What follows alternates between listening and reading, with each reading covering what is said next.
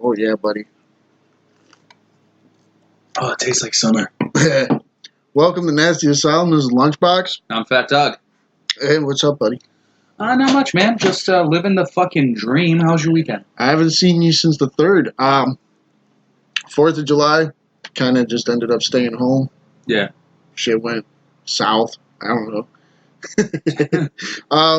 The 5th, thanks to my buddies over at, especially Greg Bartholomew, All American guys took me to meet Kevin Smith up in Youngstown. I saw that, dude. How crunk were you?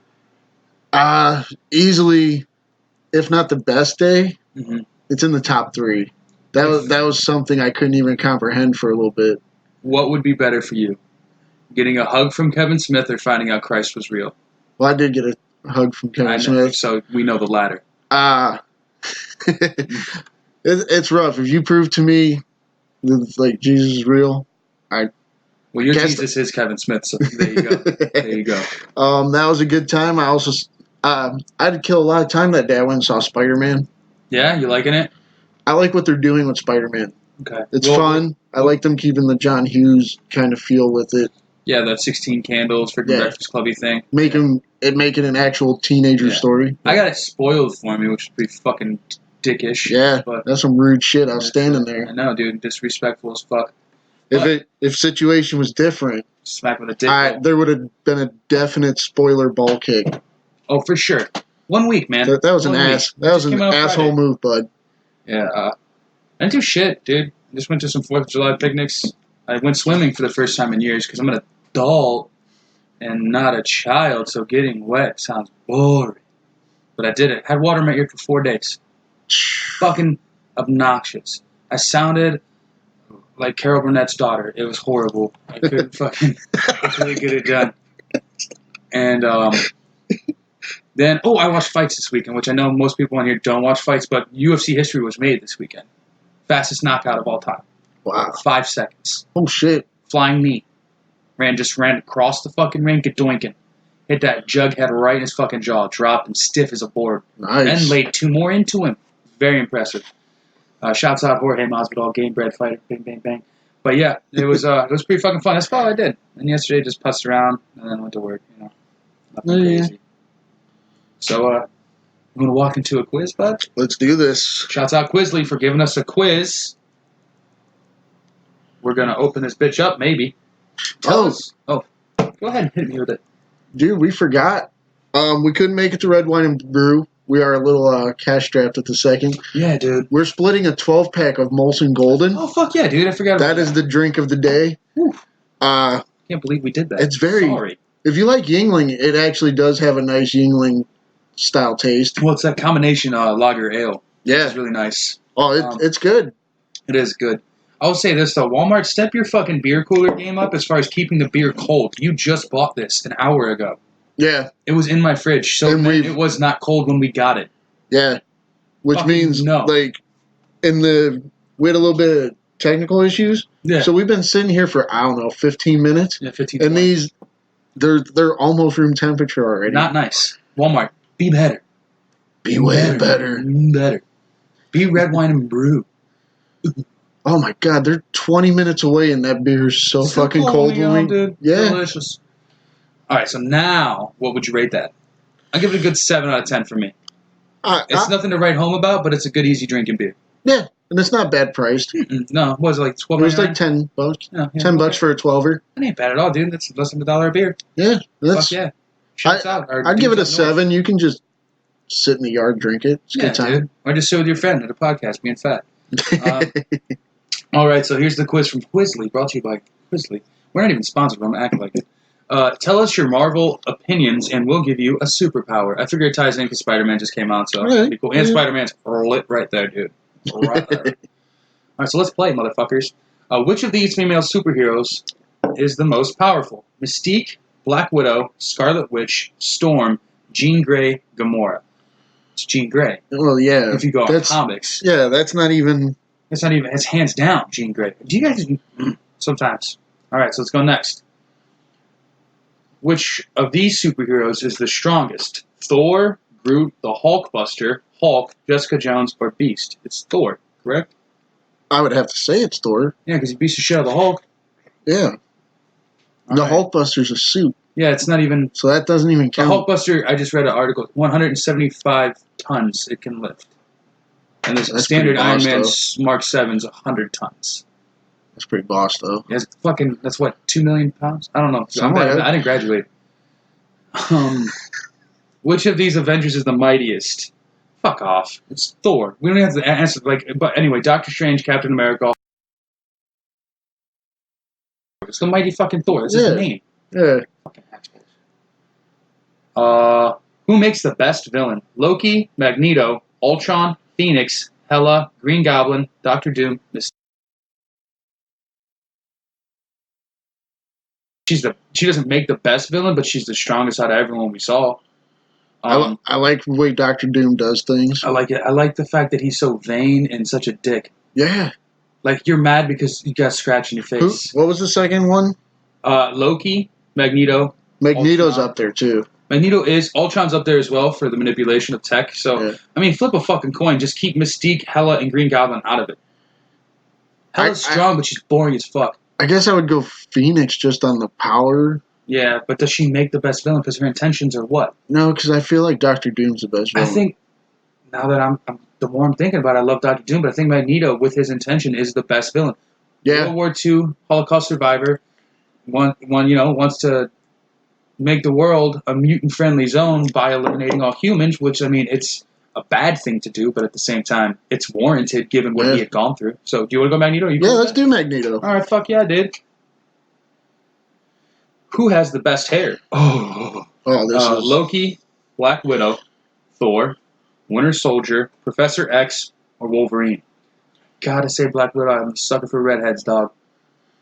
Sucker for redheads. Mine was going to be Wolverine, but I'll go... Oh, dude, we can take Wolverine because he's got Widow. a do style, dude. He's got that fucking weird horn thing going on. I like it. We'll go Wolverine. Who is your favorite couple? Spider-Man and Mary Jane, Scarlet and Vision, Tony and Pepper, Natasha and Bruce, Star-Lord and Gamora, Thor and Jane. For me, it'll always be Spider-Man and Mary Jane. Always. It's rough not to. Yeah, I know, dude. Who's your favorite pair of friends? Captain America and Falcon, Black Widow and Hawkeye, Peter and Ned, Iron Man and War Machine. Captain America and Falcon. Yeah. For me. The only way you're beating that for me is Cap and Bucky. No, dude, the only way you're beating it for me is Groot and Rocket, but you didn't give me too. that. Yeah, so Cap and Falcon, for sure. On your left. Who is the best dressed? Doctor Strange, Valkyrie, Daredevil, Tony Stark. Fucking Tony Stark's got billions of dollars. He's got designer suits. I mean, are we picking by costume or like... Just, I don't know, dude. Best out in general? Because best costume's Daredevil. Out of those four choices. Him and Strange, I think, are my favorite costumes. I hate capes, dude. Batman's my favorite superhero, but that fucking cape is obnoxious, man. Since I don't understand what they want us to think about this, so I'm going to say Tony Stark. I just feel like he's literally outside of everything the best dressed. And his suits are dope, too. So, win-win. Which of these female characters is the hottest? Pepper Potts, Hela, Valkyrie, Gamora, Scarlet Witch, Black Widow, Jessica Jones, Invisible Woman, Mystique, Jean Grey. Son of a bitch. Is it the movie pictures? It's the movie pictures. Gamora. Are you fucking serious, dude? Yeah. Over Scarlet Witch? Over Scarlet Witch, shit. Elizabeth Olsen? Are you serious, dude? Over Mystique, who may very well be Jennifer Lawrence all the time? Over Scarlett Johansson's Black Widow? Gamora? I feel like Zoe Saldana is a very attractive woman, but in the Gamora thing is not doing it justice. Really? Yeah. Because I think the green makeup makes everything pop. Nah, dude, I think she looks like a reverse version of Poison Ivy. All right. I'm just not... I mean, if you want to do Gamora, we'll do it, dude. I'll bite the bullet. I'll fuck them all. I mean, legit. Like, as a misogynist and the asshole that I am, a chauvinist, I'll fuck every one of these women if they consent, maybe. I'm willing to say Scarlet Witch, honestly. I think Elizabeth Olsen's super hot. Which of these male characters is the hottest? Captain America, Heimdall, Daredevil, Human Torch, Iron Man, Spider-Man, Luke Cage, Thor, Wolverine, Doctor Strange. Now, here's what I'm going to say. My guess would be... Captain America, for me, is the hottest out of all of them. But see, women always say Thor. I know, because it's that long hair, but it's fraudulent. It's fake. Right, Cap. No, dude, I can go Thor, though. I like Chris Hemsworth. No, you get America's ass, dude. He does. Well, Tom Holland's got a little booty in that fucking Spider-Man thing. Sorry, Miss Marvel. I saw the picture. Sad face. Who is the most adorable character? Baby Groot, Rocket Raccoon, Mantis, Small Ant-Man. Of course it's Baby Groot. Of course Always it's Baby Groot. Oh, He eventually sold me on that movie. I know, dude. Who has the best superpower? Quicksilver, Vision, Doctor Strange. What is with this invisible woman, dude? No. Magneto or Hulk? I have a preference, but you go and tell me what you think is best, bud. Their best. Who has the best power? Yeah, out of these 6, Quicksilver, Vision, Doctor Strange, Invisible Woman, Hulk, and Magneto. I know who you're going to pick. But I have my I like Doctor Strange a lot. I knew that was going to happen. And I'll take you on that because out of those ones, I think he's the strongest. Yeah. Because he can manipulate infinity. So that spell he did against Dormammu at the end of the first one is just like, he manipulated infinity, so I'm going to die it. Fuck you, dude! Loophole! Why didn't he do that in Infinity War? Motherfucker! Motherfucker! Oh! Oh, God damn it. Part of me feels like that would have been too all obvious. over again, dude. Blood red mad! Oh, that's good stuff. Doctor Strange could have just hit him with a fucking sharpshooter. Which character makes you laugh the most? Star-Lord, Spider-Man, Grandmaster, Korg, Rocket Raccoon, Thor. For me, it was Korg. No, he is pretty. Right, he's solid. My name's Korg. I'm made of rock. Not really going to be enemies with you, unless you're made of scissors. Haha. So stupid. No, it is. It's like they're all funny though. I will say this. Korg's character's so silly you can't help but laugh at him. I'm going Korg, dude. All right, I think we are on the last one. Okay, so spoilers. Okay, never mind, not spoilers. Which character would you bring back? Logan, Yondu, Quicksilver, Professor X. For me, it's Logan. I'll always be Logan. I'll agree. I'll go Logan with you. I like the arc of his story. If we're talking the movies, yeah, like Old Man Logan. Like oh yeah, that too. But I really like John Doe at the end. Oh, a fucking Mary Poppins, y'all. Yeah. How was your daddy, boy? I didn't even do it, Jared. No, that voice is something. But yeah, I'll go Logan with you. I just like the arc of his story. All right, so let's see the fucking results. Oops!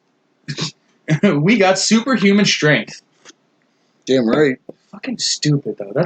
I feel like it just showed a picture of Thor because we picked Thor 3 times. They're like, oh, he's a Thor guy.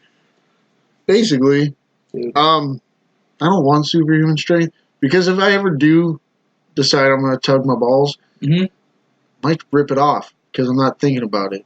It's fair. Get too wrapped up in it, next thing you know, you're flinging your dick across the room. Yeah, dude, I don't like the idea of having superhuman strength and an insatiable sexual appetite. Just kidding. That sounded rapey. All right, bud. You got some entertainment news for us? Again, superhuman strength, ladies and gentlemen. I might be fat, but I'm strong as shit. Okay. So, are you a Tarantino fan? Mm-hmm. I mean, at least for the most part. Except for him as a person, I think he's kind of a cock, but him as an artist, he's fantastic. But hey, real fast, Pulp Fiction can relax. It's not that great. That movie doesn't work if you put it in order.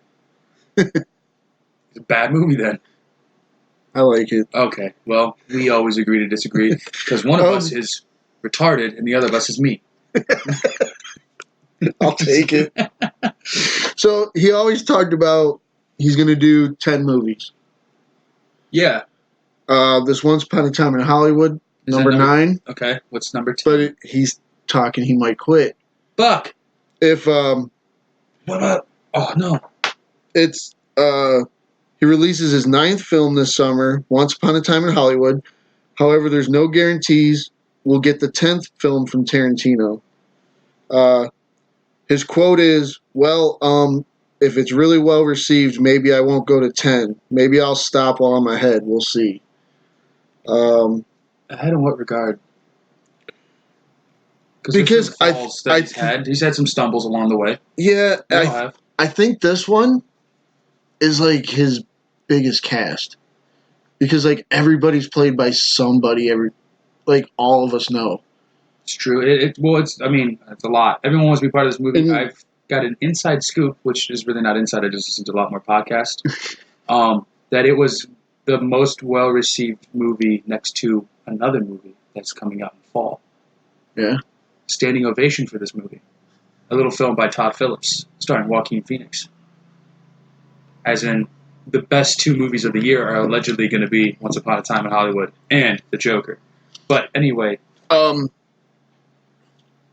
like Tarantino. If he's got a 10th movie in him, I want to see it. well, he said he wanted to take the Django Zorro run and write it at least. And So as long as he's still doing that, he's I'm also fine. tried to get a run at a Star Trek movie. Okay, never. I would never want that movie. That's probably the only way I'm watching Star Trek. Dude, no. J.J. Abrams did Star Trek. It's not bad. I'll have to give it a try. It's not great. I don't like Star Trek, though, just because I don't like the stories, because we like Star Wars. Like, there is a literal battle between the two. Lightsabers are way cooler than you going, beam me up, Scotty. Now, why do I get there? Star Trek was more... corny as fuck. Yeah, it was more thinky. Like, they tried to get out everything by talking. Yeah. As opposed to, like, okay, if you're going to take us to outer space, obviously The Martian did really well, but that's a different kind of story. For the most part, if you're doing an outer space movie, I kind of want to see space battles.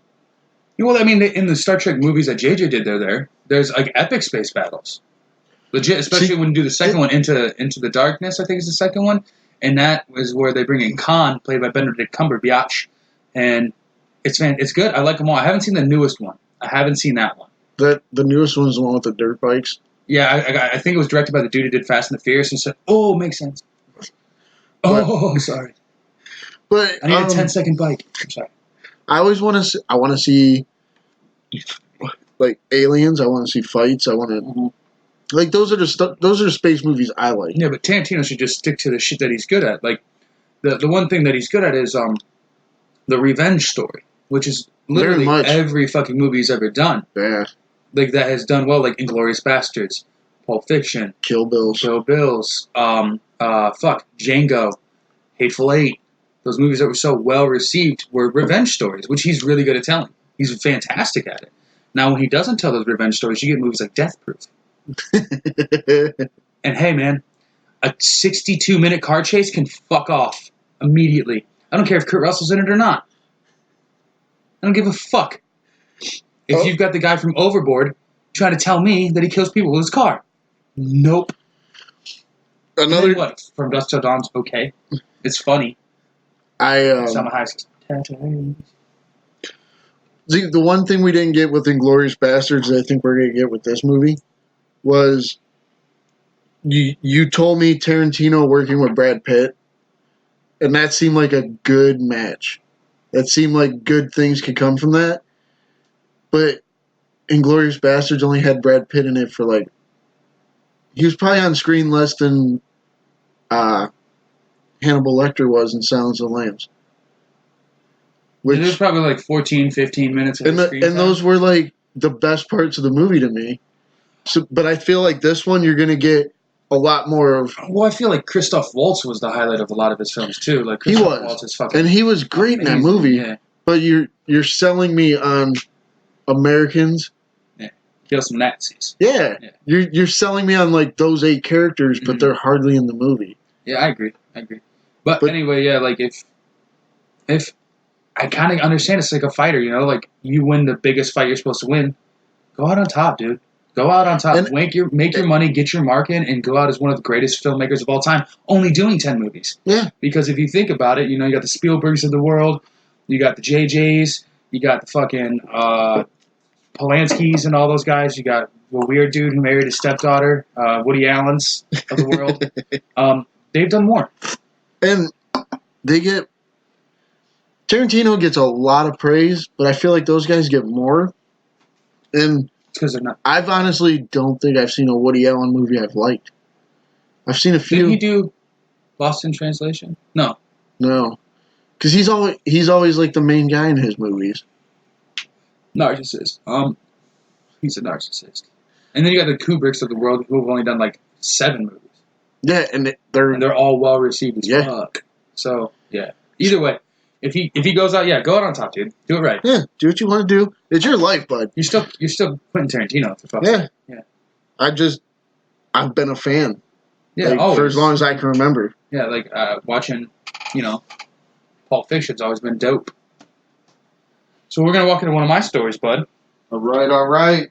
All right, so this one's more topical and political in a way, but every now and again, you know how I get people. Sometimes. I'm a white 30-year-old blue-collar man. It's fact. So the world's an angry place. Anyway, this is from CNN. An Afrofuturist festival in Detroit charged white people $20 and black people $10. Then they got hit with the backlash.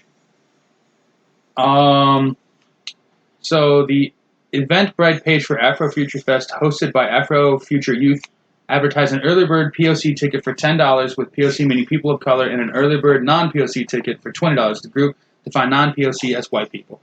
News of the group's charging practices hit social media last week when rapper Tiny Jag said she was unknowingly added to the August event, but agreed to support and perform. Once the rapper caught wind of the prices, she said she was triggered. A non-POC friend of mine brought to my attention that Afrofuture is requiring non-people of color to pay twice the amount to attend the festival as people of color, she tweeted on July 2nd. This does not reflect the views of myself or the Tiny Jag team. I will not be playing this show. I apologize for anyone who may have been triggered or offended. Eventbrite said in a statement to CNN they don't permit events that require attendees to pay different prices based on their protected characteristics such as race or ethnicity. In this case, we have notified the creator of the event about this violation and requested they alter the event accordingly. We have offered them the opportunity to do this on their own accord. Should they not wish to comply, we will unpublish the event completely from our website. I don't understand. Okay. Yeah. Okay. I'm trying to approach this in a timid yet direct way of speaking without being too offensive. Fuck yourselves. How about that? And it's not because I'm a white guy saying that I should pay more. It's also on the side that it's called Afrofuturistic. That's the event. Yeah. It's for black people, as far as I can tell, with the word Afro in it. Now, it is going to sound derogatory, but they were referred to in the 70s as Afro-Americans before they were, accepted appropriately. So I'm not going to get mad that the price is different based on the fact that I know it's for people of color. However, double-edged sword. No, you're saying exactly what I'm thinking. Yeah. I had two minds of this. Yeah, my first mind is it seems like a people of color event. It's coming together as cultures that are not the primary race of the country, which the majority is, Caucasian. So it's like, oh, hey, all those people come together. Now, flip the script and make it so white people pay $10 and black people or people of color pay $20 to go to a white festival. Holy fucking Twitter storm shit. Oh, yeah. So here's what we're going to do. If you want to have an Afrofuturistic, this is what the problem we're having in the world is. You got to keep that same fucking energy. Yeah. If you got a, bowl cut futuristic fucking event and you want to charge people of color extra money, act accordingly, sir. Keep that same energy. Bowl cut. Yeah, I don't know what white people do. If you want a crew cut, if you want a Fonzarelli festival, we know for the most part it's going to be a bunch of fucking white dudes. And act accordingly. I'm not going to get mad at you, but at the same time, hey, let's just not do that. Let's just cut the difference. $15 a pop, guys. That would just avoid the backlash of everyone being outraged by everything every 5 minutes. Damn right. Yeah. So that's my stance on that. And shouts out to that lady though for standing up in a way that most people kind of don't do. They tend to bend towards the more like aggressive left-leaning people. Like, no, fucking involve everybody. People of color are so important, and they are. They're super important to the culture, the shared history of the country, and how they progressed us in literally everything. However, you can't just say fuck white people. So she was like, yeah, I'm white and I'm black. It's cool. I'm not going to do this if we're going to oppress against one versus the other. Let's just keep that same energy, guys. So shouts out Tiny Jag. Is that her name, Tiny Jag? That's Whatever. what she said. I don't know any of your rap songs. Not a single one. But a Tiny Jag to me sounds like a midget version of a very expensive car. Usually festivals like that, you don't... Like me and you don't know who they are.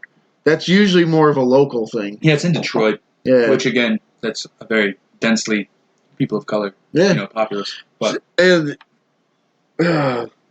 you shouldn't charge people different, but do it on dick size. Base it on dick size and vaginal tightness. You got a loose puss, dude. You sit $20. $20. Yeah. You got a big old hog on you though. You can get a tenner. Yeah. Yeah, Why dude. not? Because people want you there. Because dudes with fat dicks, good energy, big dick energy. You'd be dancing on me. I want to see a girl with big ass too. You got that freaking pert vagina energy, dude. I'm a big fan. Big fan. But yeah, let's find other ways to discriminate where it's not so fucking obvious. Jesus Christ. That was. I mean, We always got to find something, though, huh? Yeah. We got to group up somehow. Because, I mean, like, it's not like white people haven't done this before. No, not even close to But it's like, again, but it's keeping that. But it was like, this is very blatant. You're just like, white people do it all the time. You're like, hey, you want to be in our fest? You're paying $10 more than this guy. Like, oh, like, but you had it coming in a way. But at the same time, you really shouldn't be doing that. No, because again, you got to keep that same idea across the board. So when a white dude goes, hey, $10 more if you're just not white, they're gonna be like, what the fucking fuck? And then the same reason why white people go, what the fucking fuck? Who cares though, huh? Just don't go. Don't go. Don't go. Or go and realize that we all now think you're racist. Because you probably are. More than likely. Racism exists on two sides of the fence. It's all one lunchroom where it's all cliquey as fuck and we all group up real hard and we have to differentiate between each other because I like tater tots and you're a pussy. You know what I mean? I fucking hate tater tots though. You see, because to me, some people do the whole like, you shouldn't do that to black people kind of thing. And they go too far with it to the point where it feels like I start to think you're feeling guilty about shit you've said before. Like, it's okay to not like somebody, and if you don't like somebody who happens to not be the same skin color you are, it doesn't necessarily make you racist until you start generalizing and blaming like all black people. But like, if you just happen to be like, I don't like that guy, and you're a white dude and they're black, I'd be like, oh, okay. But then if you start pointing out like every black dude in the room, then I'm like, oh, shit. All right, I don't want to talk to you anymore. Yeah, it's that the three words that you can tell when someone's a little bit of a bigot. They, them, those. Yeah. Once those come out the mouth, you're like, oh, okay. You're at the party and like, oh, there they are. Yeah, fucking yeah. You know what? The people you don't like racially, they're there now. And and I don't necessarily believe you that just because you're like, I'm going to the Afrofuturistic Festival, that you like black people. I think you're just going. Part of me feels like you're going to be a dick, whether you are or not. I mean, my initial reaction is you're a douchebag. If you go to a festival in general, I think you're a douchebag. If it's got fest in it, I don't want to be a part of it. Because music festivals aren't great. You add an A to that, and it's a feast because I'm tug. I'm hungry. What you got, bud? Shouts out to, again, Tiny Jacks. No, good for you. Yeah. Standing up for yourself. Appreciates it. Christopher Lloyd feels like he knows what the fourth Back to the Future should be if they ever make it. It's never going to happen. I doubt it is, but Steven Spielberg. I like Christopher Lloyd, so I wanted to hear his take. He's best known for playing Doc Brown in Back to the Future, which I'd still say Preacher Jim from Taxi is one of his better characters. Uncle Fester, Addams Family. I know, but you're a little younger than me though. Barely. Preacher Jim was fucking awesome. I saw Taxi Driver once, and I felt uncomfortable when I realized Jodie Foster was a 13-year-old prostitute. That's a whole different thing. Taxi was a sitcom. Oh, I was like, I'm thinking Taxi. He played Preacher Jim in Taxi. I thought you were talking about Robert De Niro trying to assassinate the president. Okay, not the that. one with Tony Danza and Judd Hirsch, Danny DeVito. The only Tony Danza thing I think I ever know is I heard the references of Who's the Boss, and on Disney Channel when I was a kid, they had the garbage picking, field goal kicking, whatever the fuck movie, where he became a kicker for the fucking Eagles. It was Invincible, but it wasn't Vince Papali. They did a... Yeah, they watched him kick the lever on the fucking garbage truck because it gets jammed. I'm like, oh my god, dude, you can fucking kick. You should definitely come play for our team. Because he was the He was the pitcher that had cancer in Agents in the Outfield. Oh, isn't that Nick Nolte in that? And that had Christopher Lloyd, too. Did it? Yeah. He was an angel. Christopher Lloyd was the angel, and Tony Danza was about to die from cancer. Oh, man, I don't remember that movie at all. The only baseball movie I remember... That was like the... That and Remember the Titans are like the only Disney movies I know. Sorry. But, Robert Zemeckis remains opposed to returning to the further adventures of Doc and Marty. And so when asked about his ideas and what he'd like to see in this theoretical fourth film, Lloyd was happy to share his ideas with the Niagara Falls Comic-Con audience. I think somehow it needs to convey a message about something that's important to everyone universally, like climate change. Some way of incorporating whatever fever is going on at the moment into the film and keep the feeling of 1, 2, and 3.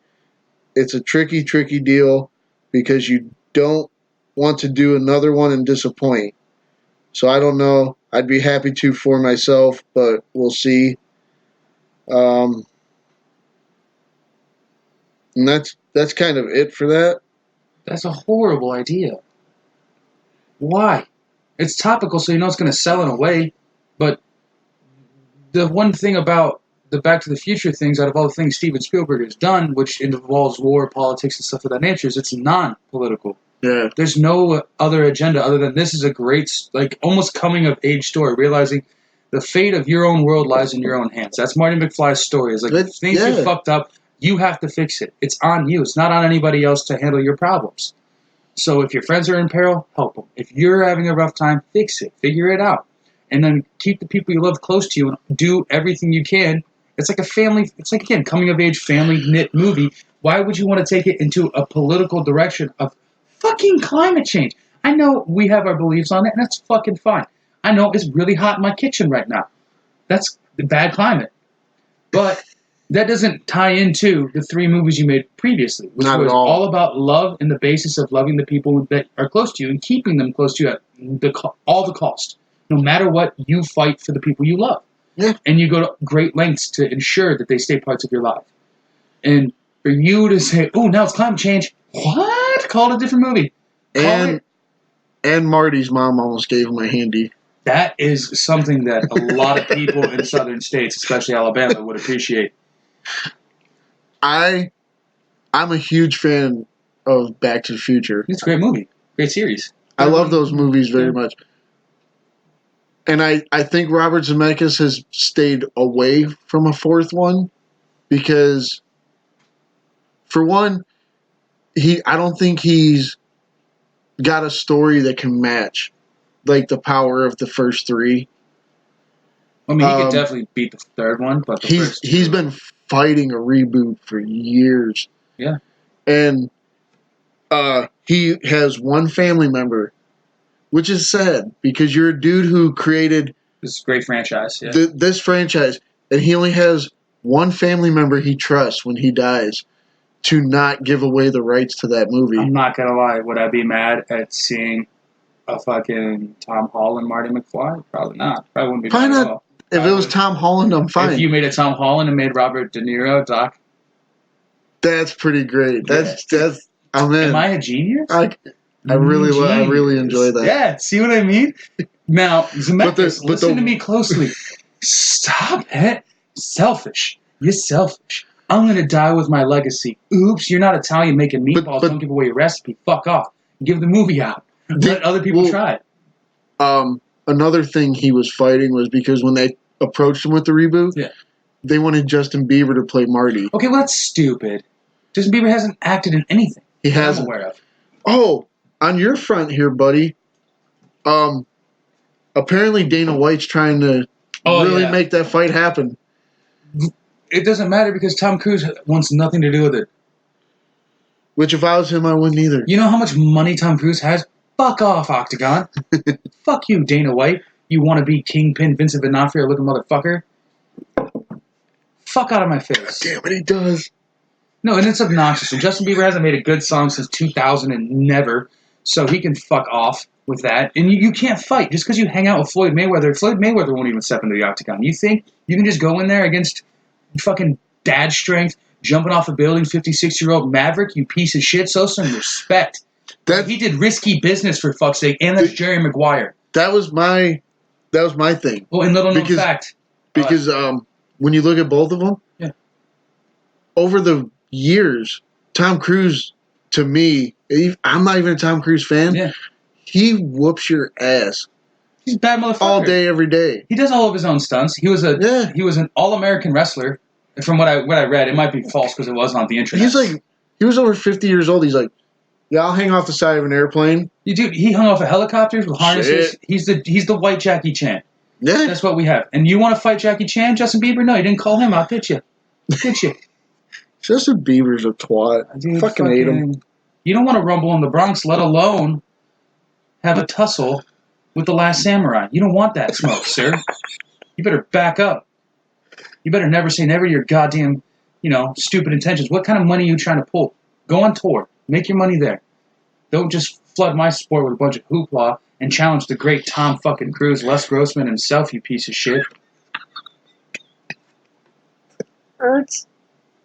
Yeah, he's going to knock you the fuck out, show you a vanilla sky. How many more puns do you think I got for Tom Cruise? You've got so many. Dude, you know what he likes to call his fucking fisticuffs? Days of Thunder. That's what he does. Yeah. If he gets a dominant position, they better call it the Top Gun. I swear to fuck. If that doesn't happen, we have some issues. Oh, fuck me. Yeah. Have you seen Interview with a Vampire? Fuck. But that's stupid. Anyway, so having just a Bieber cast would be terrible, but now we have a lot of young talent coming up. They can act their ass off. And tell me, you don't see something like Tom Holland is this. He's the new. He's young. He's brilliant. He's a great actor. He's fun. He's got that great energy, and he's sarcastic. He plays Peter Parker so well. Which to me, if you made fucking Spider-Man back in the '80s, I would have used Michael J. Fox. Yeah, he's hands down Peter Parker. I think there's a lot of similarities. Yeah, exactly. I like Tom Holland a lot. It's very weird because I'm not shitting on the other two guys who played Spider-Man. Show Andrew Garfield some respect, but Tobey Maguire can. Neither one of them really had the Queen's accent. They didn't really need it though, huh? You don't really need it. You don't Chris need Evans it. Doesn't sound like he's from Brooklyn. Not really. Unless that one line you want to count from Brooklyn. Like that's it. That's the only time. But a British kid come over and he sounded more New York than the other two. I'll give him that. But the other guy was British too. Andrew Garfield's British. Really? Yeah, Amazing Spider-Man 2. That guy. I didn't look too much into that. I just got really upset when they teased the Sinister Six and didn't do it. I know, dude. It's a real big pain in my ass. Makes my butthole itch. I'm not a fan of it. But I mean, dude, I would be here for Robert Downey Jr. playing Doc Brown and fucking Tom Holland playing Marty McFly. God damn it! Make it happen, Spielberg. Here, call Zemeckis. Tell him fucking legs, take the DeLorean out of his ass. But yeah, I mean, you can have part of it for me would be watching Michael J. Fox and Christopher Lloyd interact again. But you can do that anywhere. It doesn't have to be Back to the Future. Dude, we haven't done a rewrite in a long time, so I'm gonna do this really quickly because we're fucking. We got a lot to talk about today because we have 2 weeks behind with the special. Make Christopher Lloyd the principal when Tom Holland travels back in time. Make Robert Downey Jr. Doc Brown, and fucking make Marty McFly Crispin Glover's character. Marty McFly's dad. Nice. Boom. Sorry. And bring in fuck, I like her a lot. What's her name? Oh, it's gonna bum me the fuck Leah out. Thompson? Leah Thompson can be something, I don't know what. But son of a bitch, Zendaya. You can even bring her in and she could play fucking the girl, the girlfriend of fucking Tom Holland for 7 minutes that she's in the whole goddamn movie. Yeah. You can literally just do fucking Homecoming, but make it back to the future. It'd be great. I would, god damn it, man. I would so be here for that. Right? Hey, Mike Bernardo, you want to work together? I'm a good writer, too. Anyway, I got a story for you, bud. It's a nice one. Colorado Sheriff's Office Bloodhound helps find missing 12-year-old girl in Wyoming, and it's a happy ending. That's why I grabbed it. Nice. The Colorado dog turned out to be in the right place at At exactly the right time last week, helping to locate a missing 12-year-old girl in Wyoming, according to officials. The Jefferson County Sheriff's Officer said on Facebook that Deputy Kay Foster and Bloodhound Jesse were in Wyoming on an unrelated call when they diverted for a request with the search of a missing girl. Brianna Weinhardt was reported missing around 10 p.m. on Monday, according to the Casper Star Tribune. For nearly 2 hours, she searched the Wyoming area for the 12-year-old girl where she was last seen, and then she pulled her handler, Deputy Foster, back toward the direction they started. Deputy Foster thought she had lost the scent. Turns out she knew exactly where she was going. As the pair got closer to a home, Jesse went around to the back, and near a large bush, they spotted the girl hiding. Weinhardt was hungry, dehydrated, and sunburned after 20 hours, but otherwise uninjured, according to the sheriff's office. Authorities told Star Tribune they didn't suspect any criminal involvement in the girl's disappearance and said she does not have any medical issues. This is one of those stories we're glad to share with the public because it goes to our Common Core mission of protect, serve, and enforce, the police said. We're thankful this young girl is going to be okay, and we're thankful Deputy Foster and K-9 Jesse were in Wyoming and able to respond to help another agency and his family. Shouts out. Shouts out to that dog. Damn right. Well, here's the crazy thing about, like, when you hear they bring the dogs in, you always think the worst. You always think cadaver. Like, not oftentimes when a person's missing for more than 10 hours, you immediately think the worst. Because I think statistically in the first 2 hours, it's already over. Like, you're possibly looking for the worst case scenario. And to find this 12-year-old girl, and it sucks you're dehydrated, hungry, and you're fucking sunburned after 20 hours of playing hide and seek. But once you got past that, the dog said, hey, fuck you, dude. Not finding any dead people today. So I like that shit. Especially with all the true crime I like to listen to, dude. And you never want to see anyone get hurt. No, because even then, like, it only seems like the dogs get brought into those stories when they're like, yeah, I mean, it turned into like a, what's it called? Not search and rescue, but search and retrieve. Yeah, something along those lines. I'm not a cop. My one thing was, you know they keep more than one dog in those cars? Yes.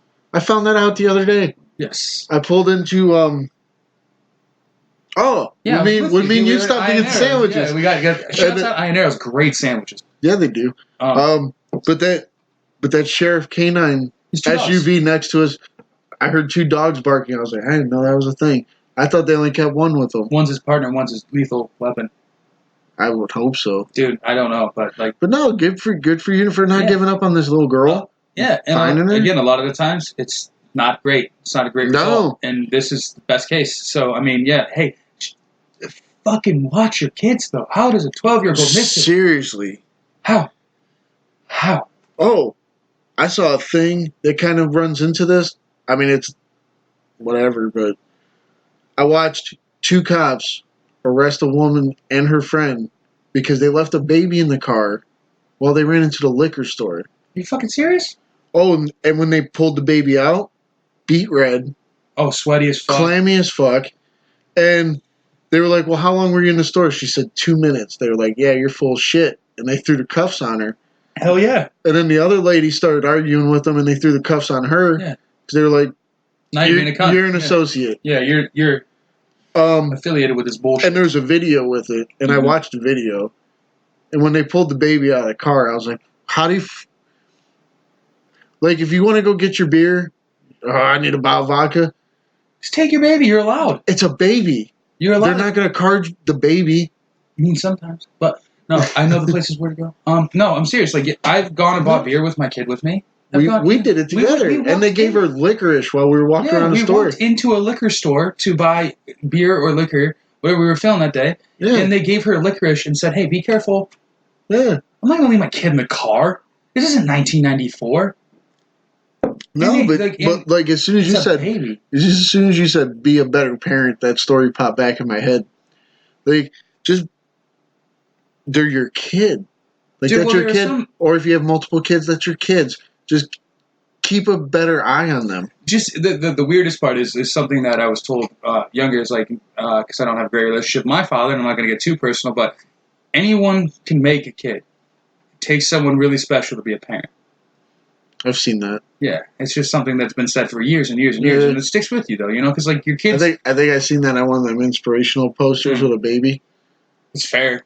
Fair. But yeah, it's the same thing. Like they look at my kids. It's like they didn't ask me to be their dad. Would you pick me out of a lineup? They picked the fucking trailer guy. I wouldn't pick me. Yeah, pick the trailer guy with aggressive attitudes and possible drinking issues. I'm like, let's make him my dad. It could have been him or Bill Gates, but I choose you. I'm not a fucking Pokemon or Pokedad. All right. But you have an obligation to your kids to be better. So be better parents. You shouldn't lose track of your children. If they sneak out, you fucking beat the shit out of them. I don't know how you fix that. I don't have a 12-year-old yet, but I guarantee you this: my kids never sneak out. I'm gonna tell you from personal experience. A good crack on the ass, something like that. As long as it's you let them know what you're mad about. Oh, yeah. And I understand we're at an age where people are like, you don't hit your kids. You don't. But there's a way to do it. I learned, that's the way I learned. Yeah. My dad was like, hey, don't fucking do it again. Yeah. Avoid the head trauma. Don't smack your kids in the back of the head. Yeah, because my memory is fucked. It's not good. And it's because he's also old. He's borderline dementia. But because you're 486. You old piece of shit. No, but I agree with you. Like, my kids, they pop off an attitude, and I'll be like, go do this, and they'll be like, no. If you tell me no again, I'm going to flick you in the mouth. You need to understand that I'm in charge. I run the ship. Yeah. Daddy pays. And then they go, no. And then I go, blah. And I flick them in the mouth, and they go, dude, barely even touch them. Like, legit. Like, you've seen me just poke them in the mouth. I've seen them. Oh, my God. Because you don't hit your kids too much. No. Or discipline them physically too much, and they'll be like, holy shit, like, Dad's legit serious. Only when it's absolutely necessary. Yeah, and on the ass. Only on the ass. Yeah. Don't hit them anywhere else. It's not the 80s anymore. No, it's not. You can't just, fucking wheel kick your child across the goddamn room like Bret Hart, the stupid sharpshooter. You can't do that shit. You can't give him sweet chin music, Shawn Michaels. You want to do more WWE references? Give me Blood Red Mad? I didn't. I know, but I hate it. That was a week ago. You did it to me in the store, goddammit. We were at the store before this. And for some reason, I'm resentful. Fair enough. But yeah, shouts out to the dog, though. I like dogs. Good for you. Good for you, dog. Homeward bound, but the reverse. Fucking bad. That hit me hard. So, Rob Zombie is finally finishing his trilogy with the Three from Hell, is what he's calling the new one. Yeah. Finally got a release date. September? I haven't read this article. I think it's September. It has he calls this project a long time coming because 2003 was House of a Thousand Corpses. It's a weird fucking film. It's a bad Rocky Horror. And that one I didn't care for a whole lot. It's corny. The Devil's Rejects, though. It's fantastic. I loved it. Well, it went away from that campy, again, because Rob Zombie's very inspired by old school horror movies, and back in the 70s and 80s, they were just campy garbage for the most part. It's a carnival film. And then he loved Rocky Horror, and so that is basically what House of a Thousand Corpses is. It is a form of a Rocky Horror movie, like picture show, minus all the amazing songs. So what we got? It says here that three members of the family are back as the central characters of Three from Hell. Oh, excuse me. This article, the date is finally, it's way out there. Okay. It says the film will run for 3 nights, September 16th, 17th, and 18th in 900 select theaters through the Fathom Digital Broadcast Network. Oh, fuck me. Each screening will have bonus content and be screened uncut. The screening on the 16th will feature a special introduction video from Zombie himself. I'm guessing this is in a certain area. Yeah, well, I had looked into this a little bit. It showed up on the website iHorror, which I follow. Yeah. It's got a limited release, which makes me kind of nervous about it. I don't like that either. Because, for how big House of a Thousand Corpses and The Devil's Rejects were. Actually, that's the only screening that's in this article. Yeah, that's what I'm saying. It has a limited 3-day screening. It seems like it's a straight to, stream kind of thing. You might see it on your Hulu, Prime, or Netflix. I don't like that. And that makes me slightly nervous because as far as... not have confidence in it? I don't think it's that he didn't have confidence in it. I think studio heads didn't have confidence in it. Because the last film I recall Zombie doing was The Lords of Salem. Yeah. And then he did 31. I believe. Which is like a free movie. It never really grossed a lot of money. Yeah. So I think that they're going, hey, you ended the trio. And the Devil's Rejects, Freebird's playing.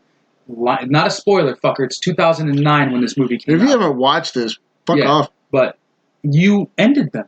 They got in a gunfight driving through a police barrier after they killed the sheriff and Tiny helped them escape. They're in the convertible. Boom, Skinner comes on. And, dude, homeboy takes a fucking shotgun slug to the neck. And I'm going to be 100% honest. That's one of my favorite endings to a movie.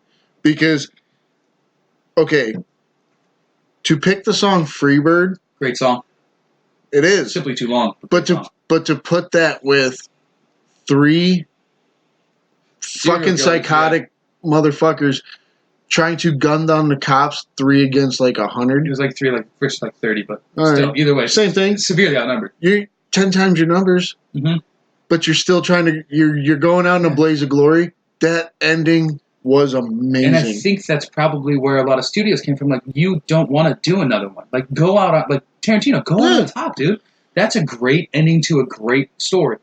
Well, the first story is a little weak, but I mean, as you see it unravel through the Devil's Rejects. It's a great ending. There's no better ending you could have had. In all honesty, as far as horror movies, I love that movie so much. It's great, but it's not a horror movie to me. There's no bit of like shock or thriller. It's pretty open to letting you know. It's almost like a serial killer documentary in a way. It's suspenseful in a way, but it's also like oddly dramatic, and it feels like if you made a 70s horror movie now. And you actually gave a fuck about how to do the beats in the film, like right. You hit right the whole time.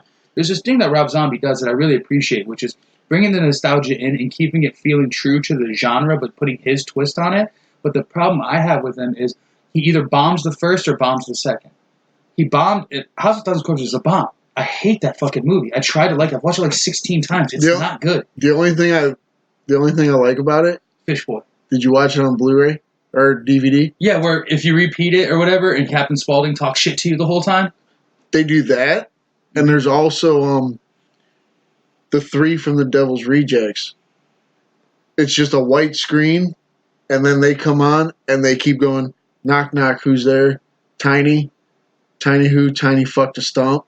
Oh yeah. They just do that joke over and over, and you can watch it for an hour, and they never deliver it the same way. Yeah, he definitely does a lot. Like that was like in the day. That was like my favorite thing about that movie. Back when DVDs had like little games on them and shit. It's fucking weird. But he crushed it with The Devil's Rejects. Great film. Then he did amazing with the first Halloween.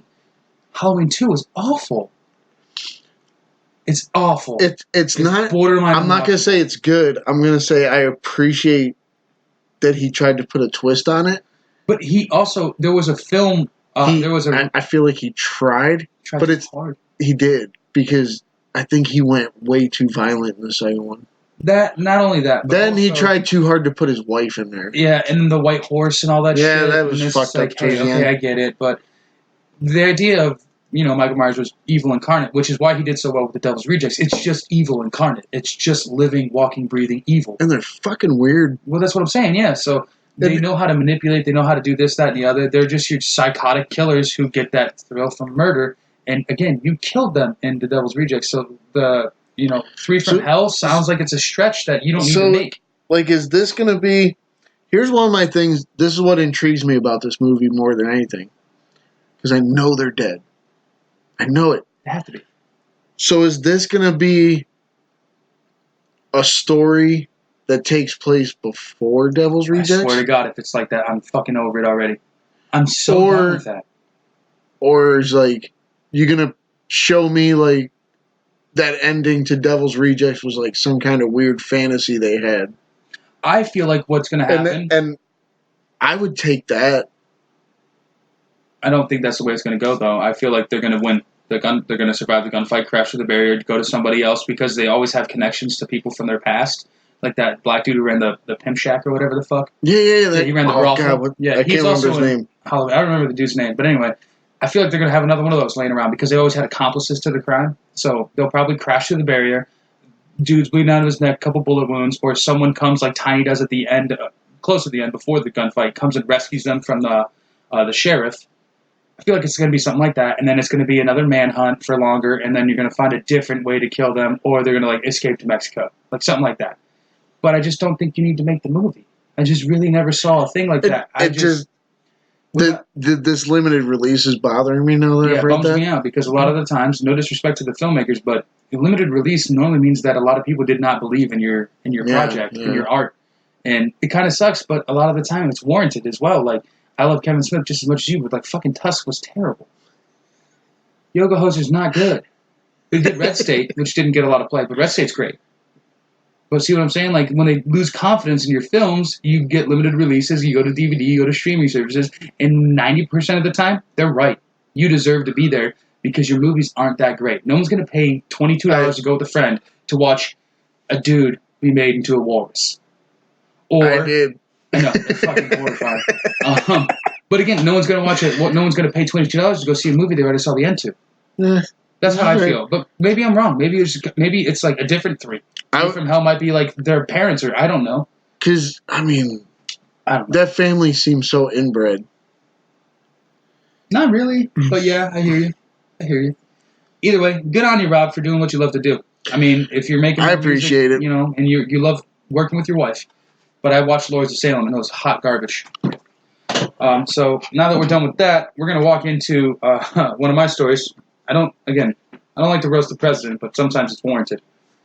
Donald Trump roasted over airport gaffe during salute to Revolutionary War. His explanation, teleprompter went out. All right, President Donald Trump took some lumps over Thursday's remark about Continental Army taking over the airports during the Revolutionary War in 1775. Today he explained what happened. Yeah, the teleprompter went out, POTUS told reporters this morning. It kept going on, and then at the end, it just went out.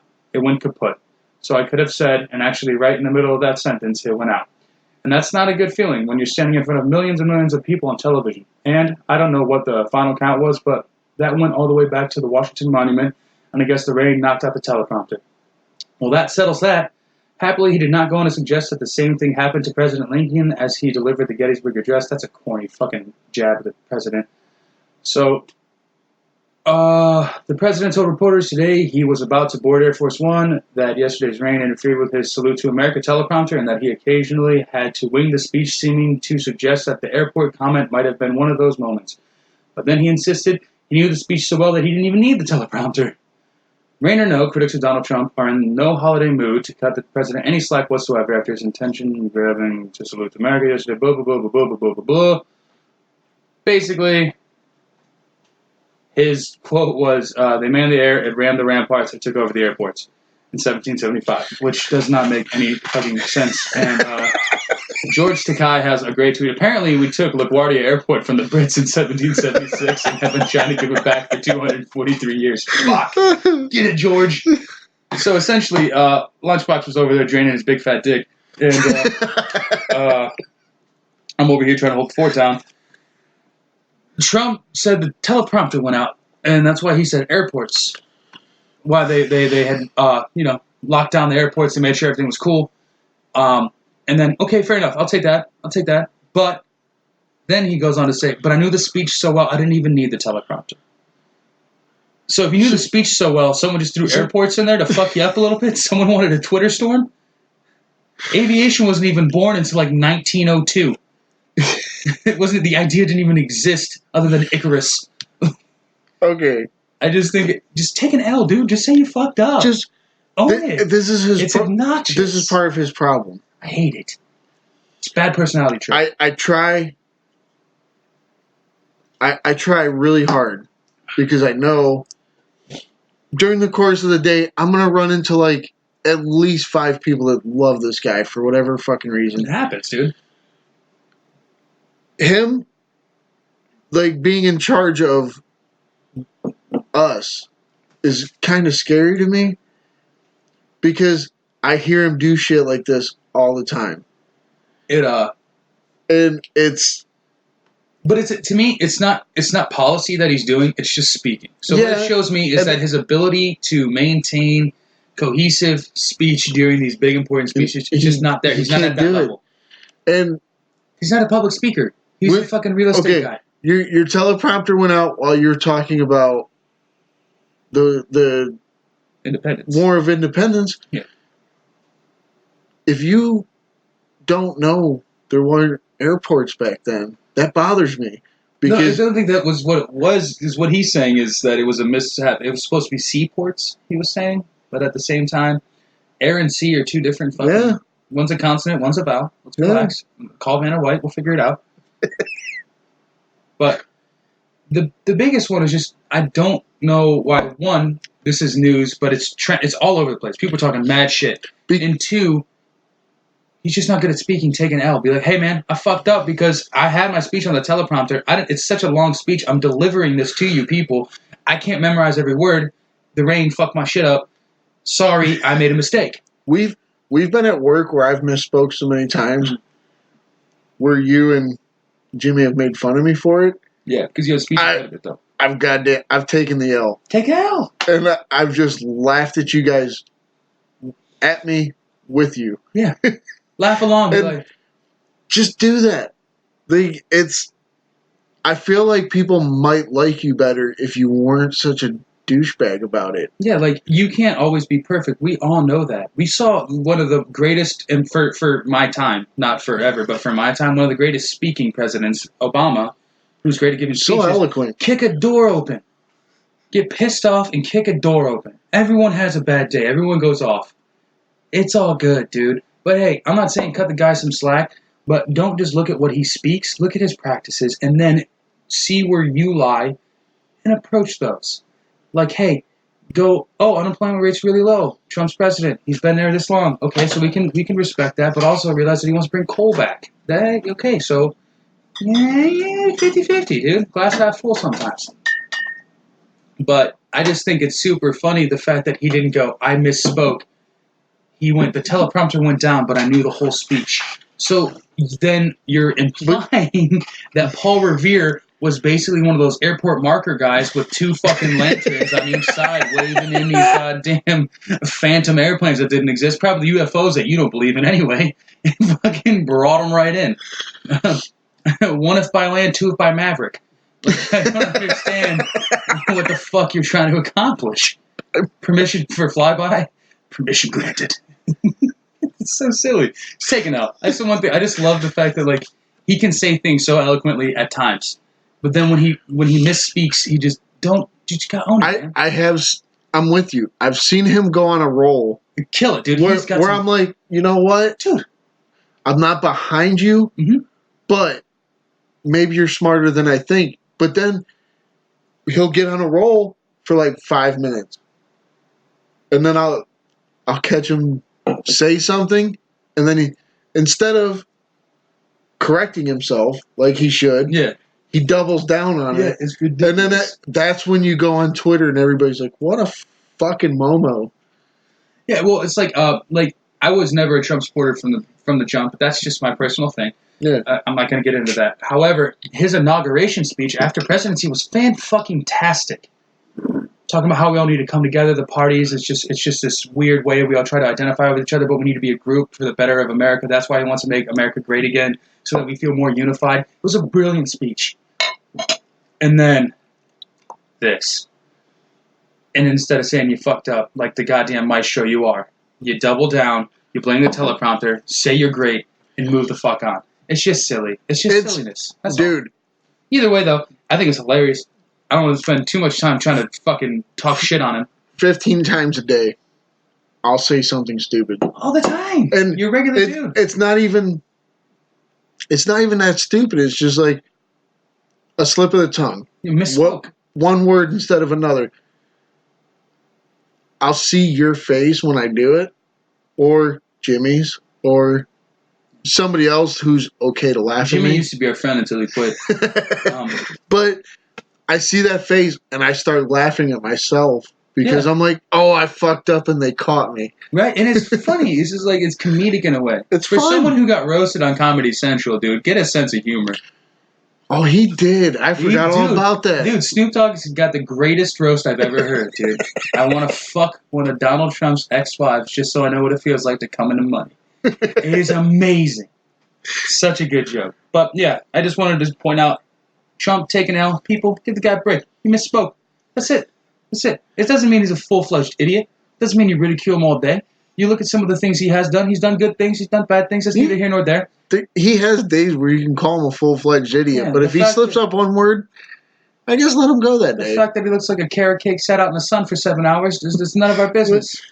If you're really one of those people that are out to call him a fucking moron, wait for any other day of the week. Like that day, you just jumped on one word. Yeah. He fucked up. There's other days where you can just be like, are you fucking kidding me? Yeah. Like, that really happened? Our president said that shit. Yeah. Like, this one doesn't even come close to when he met with the president of the Virgin Islands. That's my favorite thing he's ever said. Oh, did you hear the one where he called the president of Puerto Rico a cheap piece of shit? Oh, fuck. You're the president of Puerto Rico, buddy. Not technically, but technically. Well, I mean, I know. America owns them. We own them. They just are like, dude. If we're not going to help Flint, we're not going to help Puerto Rico. Sorry, guys. Sorry. When he's sitting there fucking Kobe Bryanting paper towel rolls into a crowd full of people after a hurricane. Oh, shit. All I saw was the headline where it says Trump calls president of Puerto Rico cheap piece of shit. Cheap piece of shit, basically. And I couldn't stop laughing. I was like, that's you, buddy. Did you see that? God, I didn't want to do this, but it's just so funny to talk about. Because, again, as far as policy goes and his actions, I'm not going to shit too far on the guy. We've had worse. We've definitely had worse.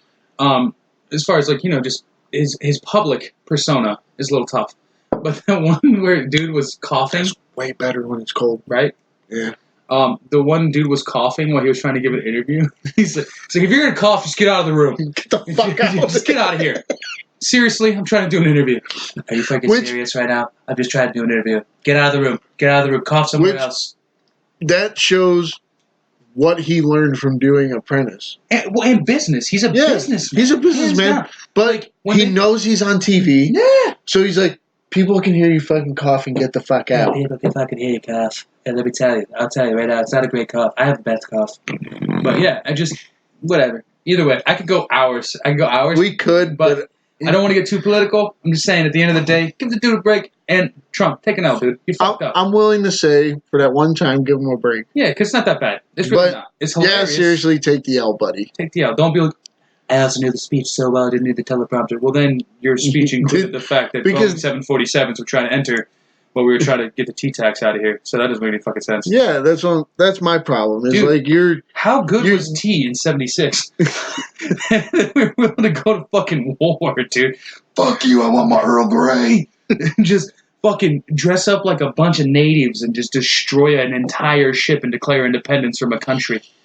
How good was T? Because Arizona's are 99 cents. $7 after tax. In all seriousness, the Boston Tea Party. It's my favorite story. Is the number one thing that makes me proud to be an American. Because they were like, we're done. We're gonna be our own nation. They chose tea, the tax on tea. To choose it. Yeah. To start the revolution. Yeah. It's the catalyst for a revolution was fucking tea. And they dressed like natives. They got on the ship and they're just chucking fucking crates of tea over and setting the ship on fire like a fucking bunch of. I don't want to sound uncompassionate, but like a bunch of savages, dude. They fucked that shit up. No, because it was. Also, I'm going to add to this. I'm not calling native savages, but it was a very savage way to start your revolution because you're just, fuck you, fuck your tea tax, and they're just chucking it in the fucking river, burning shit, and they're like, what's up? Yeah, like, dude, try me, bitch. Bring your red coats over here. It was good. I like that shit. So, you got some? Okay, this one might take a minute All right, well, you go ahead and do that. because I gotta piss on a really fat dick. okay, I'll read some of the article while you're done. Go ahead. This is something I've been waiting for years upon years upon years. Netflix has decided to make a live action Sandman. If you haven't listened to the show, or you're new, or you just whatever, as much as I love Batman, the Sandman is my favorite comic start to end. It ran from 1988, 89 to 1996, and it was this giant epic story. It's if you know what a graphic novel is, it took 12 graphic novels to tell this entire story. Um, it's fantastical. It hit on what was going on in the real world at the time while like fixing those problems with fantasy, because you would see something that you saw in the news, and like Neil Gaiman wrote a story about something he saw in the news, and then they would fix it with Morpheus the Endless, and they would fix a story in the real world in a fantastical way. I love the Sandman so much. I know, dude. Don't get weepy out today, though. So this is Neil Gaiman finally revealed that there's an episode count for Netflix making this live action Sandman series. It's I haven't got that far near. Okay. Like we do headlines and then we read the articles to Obviously, each other. yeah. So we can shock each other. Not with the 3-finger thing, but shock it. It's created by Gaiman. The comic was brought to brilliant life with artists like Sam Keith, Mike Dringenberg, Jill Thompson, Douglas Wagner. Like I said, 89 to 96, it was part of the Vertigo line, which is now defunct. Mm-hmm. That upset me the other day when I heard that. Because Vertigo was always like, you read Batman, you read Superman. When you wanted your adult stories, you went to Vertigo. Well, that's interesting. Not adult, but like cause not meant for children. Like it dealt with more serious shit. That's true. Like for as far as like if you went for single issue, you'd get your Batmans and your Supermans that are a lot more friendly in general, glancing through the pages. But if you got like the graphic novels, like the Reaper novel for Batman is fucking horrific.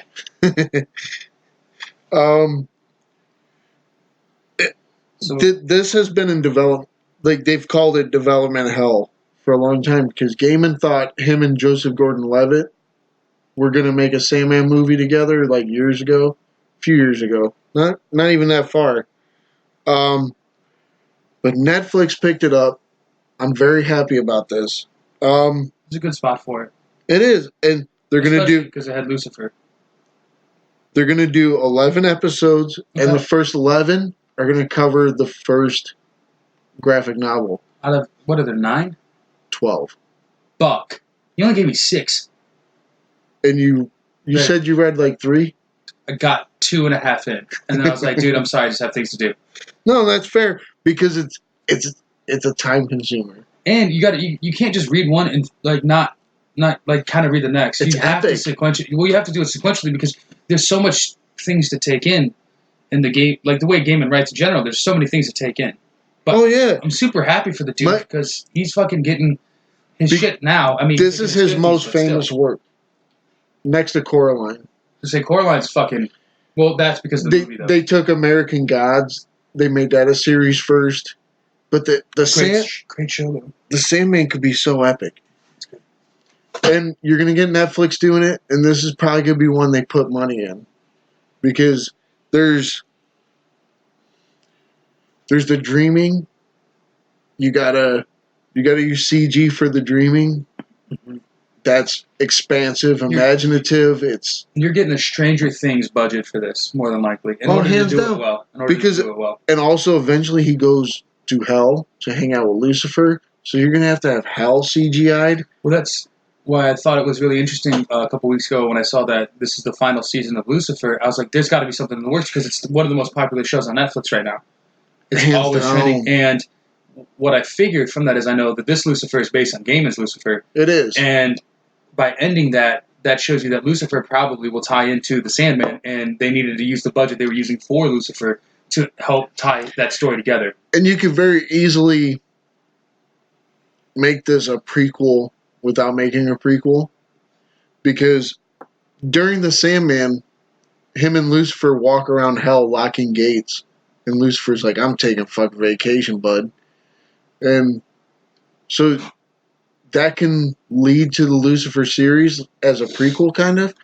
But there's so much you can do. Well, that's why I think that like when Fox had Lucifer, I was just watching it last night, and whatever, spoilers, it's like 2 years old. I'm like, it's still on season 1 or 2.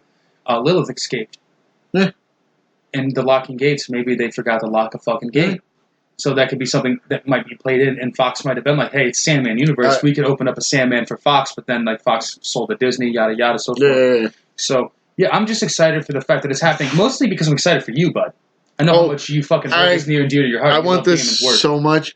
Yeah. Like, I've been thinking of dream castings. I've been looking up other dream castings. I know I'm not going to get it. Alan Rickman, yeah, we talked about that. Alan Rickman was my number one. But Klaus from Umbrella Academy would be dope. He would. I've seen, what's his name? He's Kylo Ren. Adam Driver. Yeah. I could see him. He'd be good. Somebody threw out Tom Hiddleston.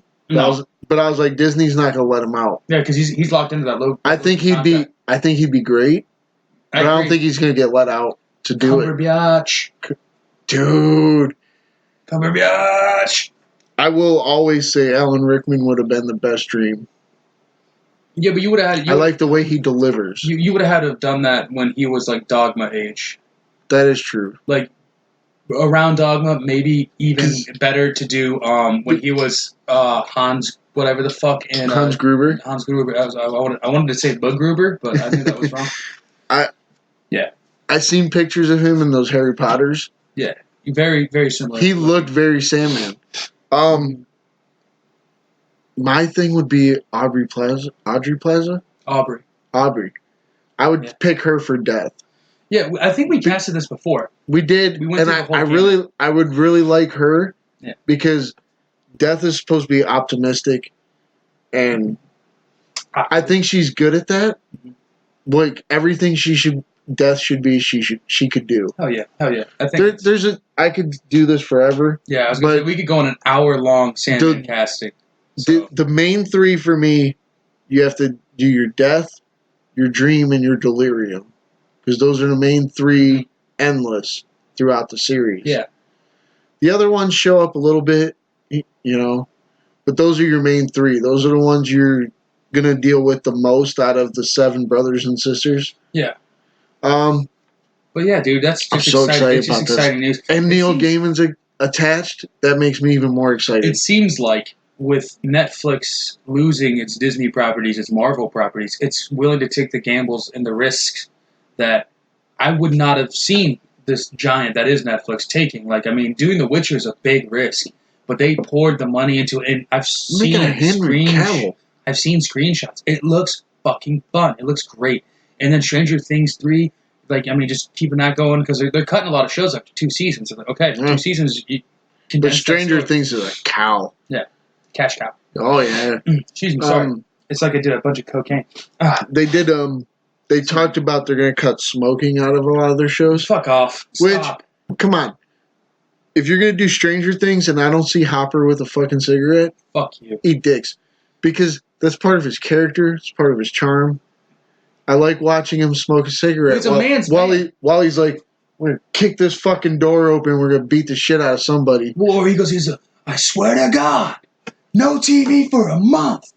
And he's got to have a cigarette in his fingers. Yeah, because he's stressed the fuck out. And it's the 80s. I'm sorry. When people sit there and they go, oh, you're promoting smoking for children.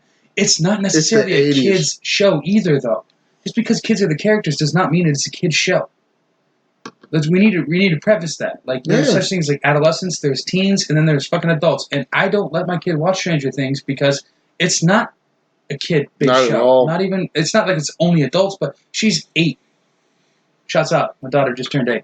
But yeah, like she's not ready for that shit. But even she knows, hey, smoking's not good for you, so I'm not gonna do it. Yeah, she's a smart kid. Yeah. Well, that shouts out to being good parents. Number 1 dad. I got a pin that says that in a cup. No, like I've been around. Yeah. Like, but just your kid definitely watches what you do, and if you go, "Hey, don't do what Dad does," your kid goes, "Oh, that's bad." listen to Don't what I do say. it. Don't do what I do. Yeah. Exactly. She's good. She's So- smart like that. But that's what I'm saying. So as far as that Netflix thing go, like with the Sandman though, I'm excited as fuck. If they're gonna do each one Mhm. as a season, It makes the most sense. But I don't know if you're going to be able to put 12 seasons into it because what happens when you go on huge runs is no matter Because how I great think the it's- content is. book 8 or 9 is thick as shit. But I'm just like, no matter how great the content is, People fuck off. just fall off, dude. I'm Yeah. sorry. Like Dexter was great until it wasn't, and Sopranos, and you can go through the gamut, dude. Like even Breaking Bad, you're like, all right, when's this motherfucker over? Like we can't just keep doing. I The mean, same stories for you so also goddamn long.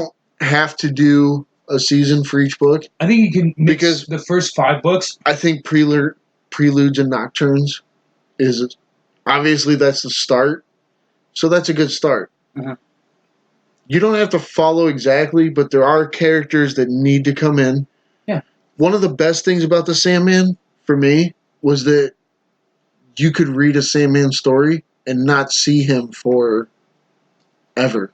Which I think that also lets that season length be condensed a little bit. I think you could do all 12 books in 7 seasons. Hands down. So Because- hopefully they kill it on the first season because the way that he did American Gods, like Stars loves it. It's their cash cow right now. Oh yeah, So I've heard. Let's keep that shit I gotta going. watch that Yeah, it's good. because American Gods is a great book. Super good. So yeah, shouts out Neil Gaiman, killing the goddamn game. If you ever hear this, Neil Gaiman, one of my favorite authors. Yeah. He's done a lot of good work. All Yes.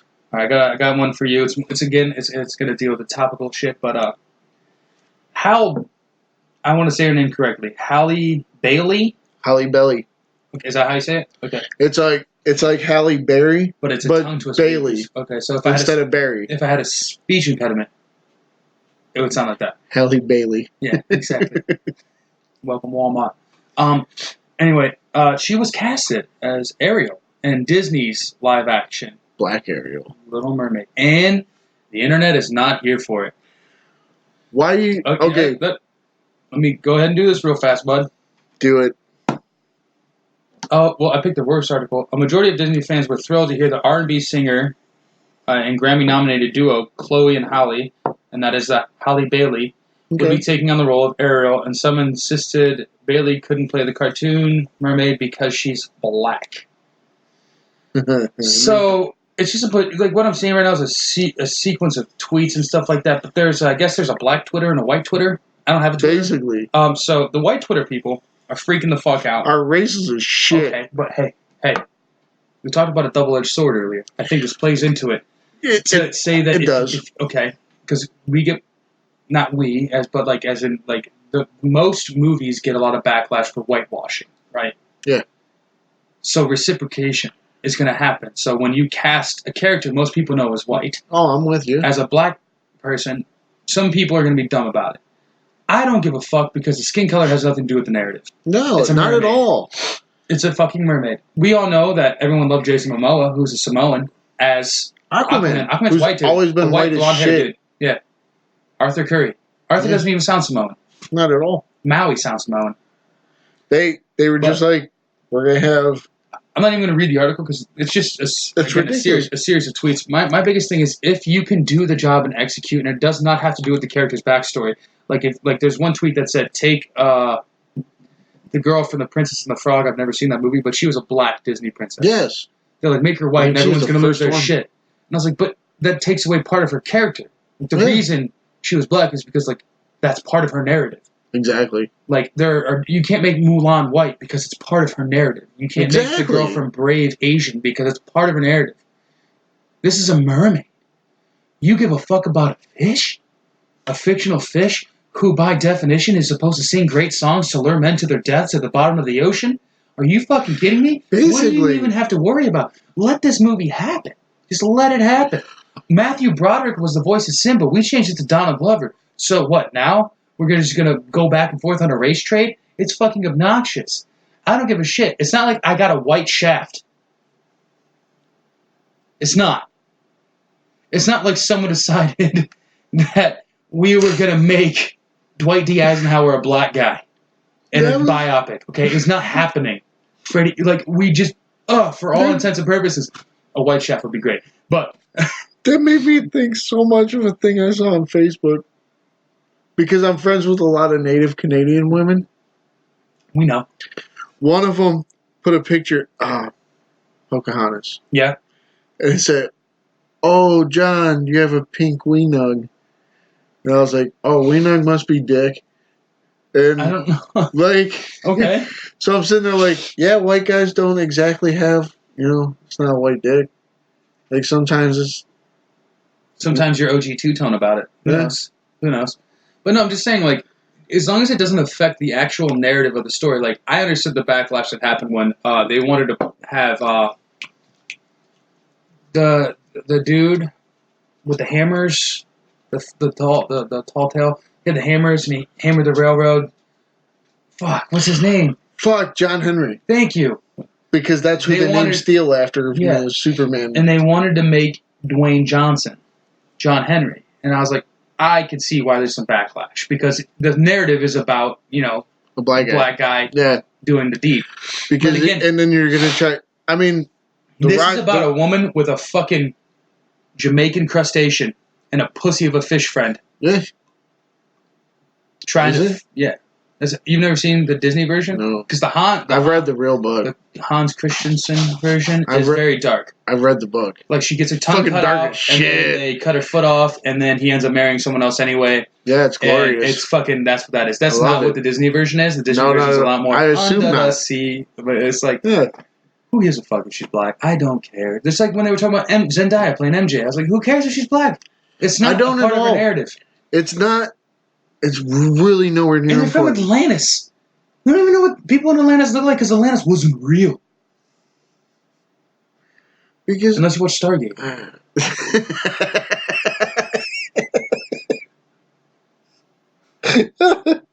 Shouts out MacGyver. Goddamn MacGyver. There's no need for anybody to be this mad. No.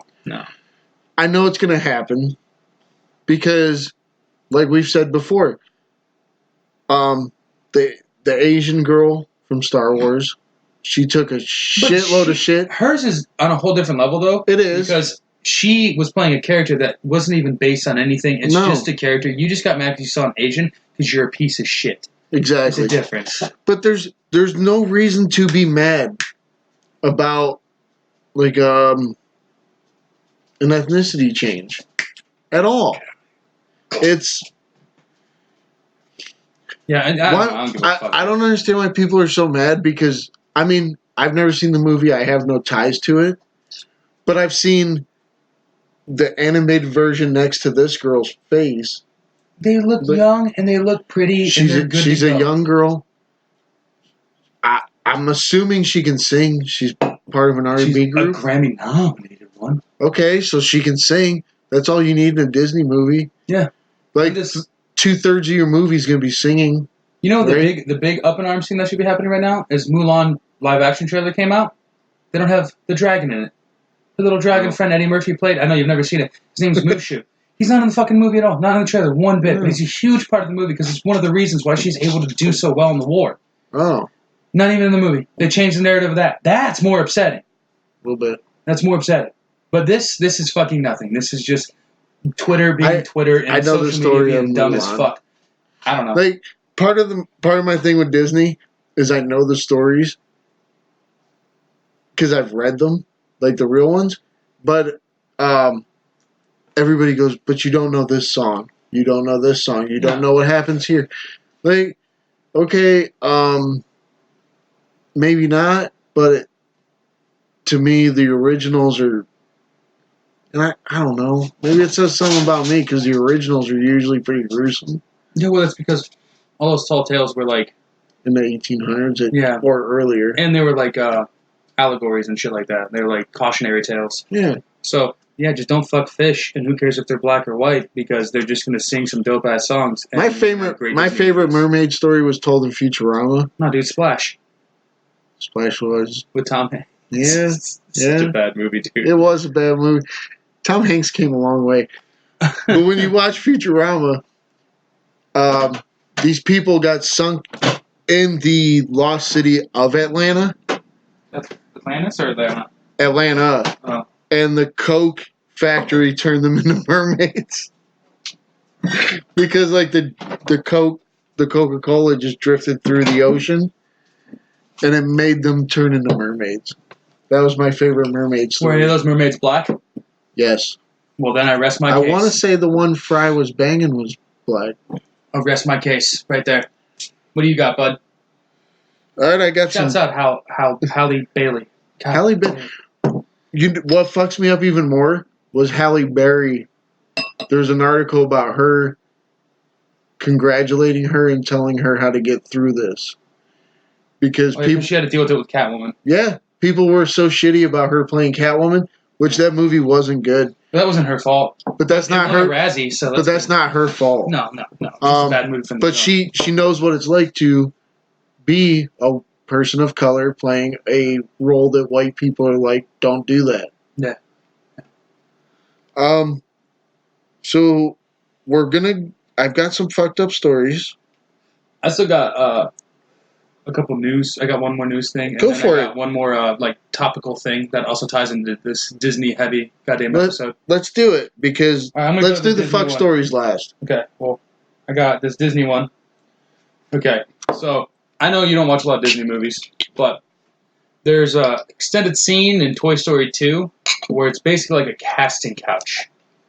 So Disney decided to cut that scene. A scene from Toy Story 2 that features a Hollywood casting couch style scenario has been deleted by Disney from the newest version of the film. The scene appears as one of the bloopers at the end of the animated sequel, which was first released in 1999 and became a huge moneymaker for Pixar and Disney. It features the character Stinky Pete making sexually suggestive comments to a pair of Barbie dolls before realizing he's on camera and awkwardly ending the conversation. All 4 Toy Story films have included full blooper reels during the casting couch credits. Closing credits, whatever. So with the rise of the Me Too movement and the allegations against movie mogul Harvey Weinstein, the casting couch has become synonymous with film executives levying their power to make sexual advances on young female actors promising a role in a movie in return. Yeah. In the deleted scenes, a flirty Stinky Pete says to 2 Barbies, "And so you 2 are absolutely identical?" He then strokes the head of one, saying, I'm sure I can get you a part in Toy Story 3. He then realizes he is being filmed and appears uncomfortable, quickly moving the conversation on. So they cut that out of the movie. Here is my thing. That's a bitch move. It's humor for the time. It's not great humor to say that this is an actual practice. No. But to say that you can't make fun of something that existed in limiting comedy based on... Kids don't know. No, it's not even that. It isn't even the kids don't know. Also, I'm a huge proponent of the fact that you have to let stupid shit be seen so that people can recognize that it's stupid, recognize that it's comedy, recognize that it's entertainment, and you can combat against it. So when you cut this scene, which to me is relatively innocent, it is a guy trying to flirt with 2 girls he finds attractive, saying, hey, maybe let's make this happen. You can get a spot in the next movie. I don't think it's the worst possible thing. Harvey Weinstein was beaten off into fucking houseplants in front of people and begging women not to leave auditions because he wanted to spend extra time with them, or offering them drinks, or telling them that they have to suck his fucking dick in order to be in a movie forever in their entire careers. And then if they didn't, he would blackball them, say they were difficult to work with, they were hard to negotiate with. Those are things that did happen in Hollywood. We cannot take that away. It started in the 50s, and so on and so forth. Hollywood's a dirty place at points of time, but to not be able to poke fun at it, to not be able to show why it's slightly fucked up, or to not even just be able to acknowledge the fact that this is a part of film history, I don't see the benefit in cutting it out of the film itself because it's a parody. Jokes are allowed to be made. Once you start censoring jokes, you're really taking away the ability for someone to tell you when something's fucked up and when something is just funny. So, yes, again, casting couch, if you're using it the way Weinstein used it, it's fucked up. For this guy to try to say, hey, I could probably get you another spot in another movie as a fucking joke is poking fun at how ridiculous that is, because that's why he's embarrassed after he gets caught saying it, knowing how ludicrous exercising that is. I don't really see the problem with that. I feel that a lot of people became mad pussy recently because Twitter got hashtags. And once that happened, everyone who disagrees slightly has to make it this huge fucking deal. It's not that big a deal for them to poke fun at something that's been happening forever. Again, he tried to fuck these girls, I guess. They're toys, they're Barbies. When I was 8, I'd fuck a Barbie, dude. They're virtually identical. It's amazing.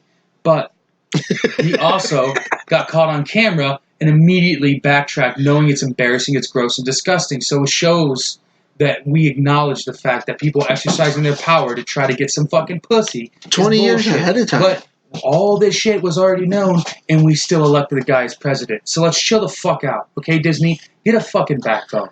Get a backbone. If you're willing to run the biggest monopoly in goddamn entertainment media, and you're not going to have a backbone, fuck you. And Toy Story's like a phenomenon. Tony Stark did it in Iron Man 2. He did. With Black Widow when they were in the fucking boxing ring. Yeah. Thank you. I'm sorry. There was also the scene where they were like going through a hallway, and she was clearing the hallway for him, and he just looked at Pepper and he's like, "I gotta get me one of those." Right? Okay. So let's continue forward with Disney doing this kind of silly shit. Yeah. Okay. And don't even try to say, "Well, that's Tony Stark's character." I mean, it is, but you also produced it. Yeah. So you let him do that, and then you're gonna tell me it's an animated fucking movie. You're gonna cut this scene when you already you're telling me personally, Doug here, that he does this and immediately feels embarrassed. Yeah, because they turn the box around as he's trying to negotiate this like kind of encounter, and then he goes, "Oh, nah!" Like it does show you that is embarrassing. It's gross, and you shouldn't do it. Is this the dude with the overalls and the weird hat? Yeah, this is the guy voiced by Kelsey Grammer. So Fraser himself was the animated Weinstein, I guess. I have no idea. But no, I feel like it's insignificant when you look at the immense amounts of sexism, anti-Semitism, all the shit that's happened in Disney throughout forever, and this is the one. This is the guy. Yeah. This is the thing. Fucking right? Walt Disney bought newspapers to tell people how shitty the Jews were. Yeah. There's a Nazi on one of the 101 Dalmatians. There's a swastika, rather. Oh shit! Really? Yeah, dude. How did I know that? Do you know there's a poster that was made for children of Mickey hugging Minnie Mouse, and if you look closely at her shoulder, where you cut off where his hand's touching your arm, it looks like a dick. No, dude. Somebody showed me on my uncle showed me on YouTube. That's like, never good when we're talking about sexual assault. He showed me on YouTube all the like dirty parts of the Disney movies.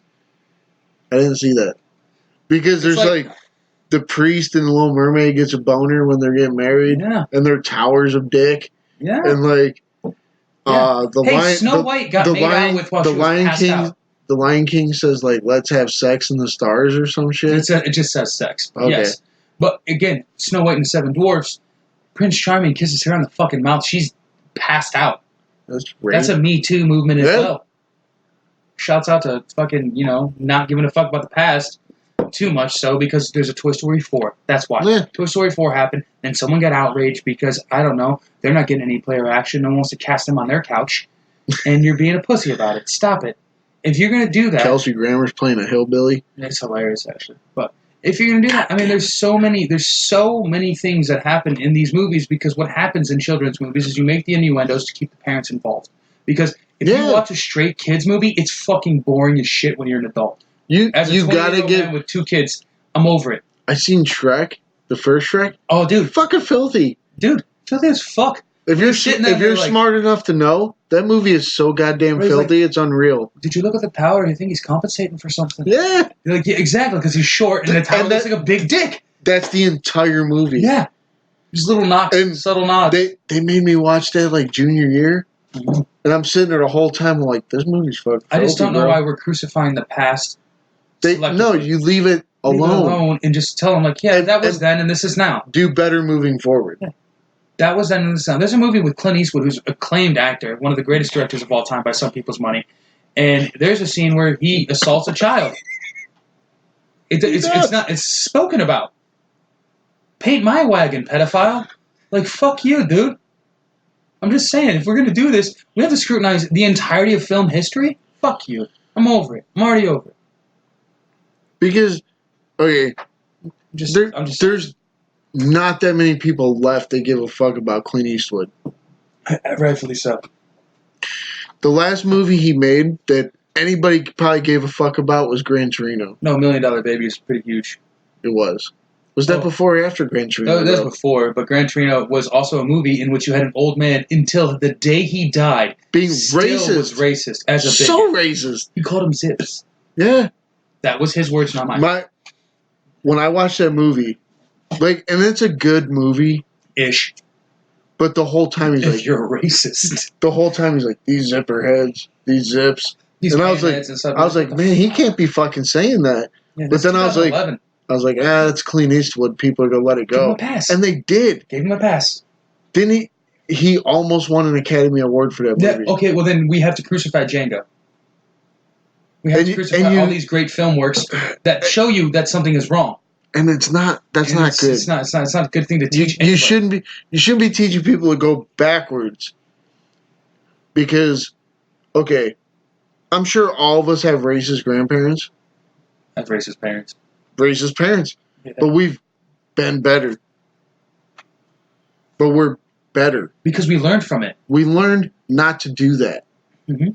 And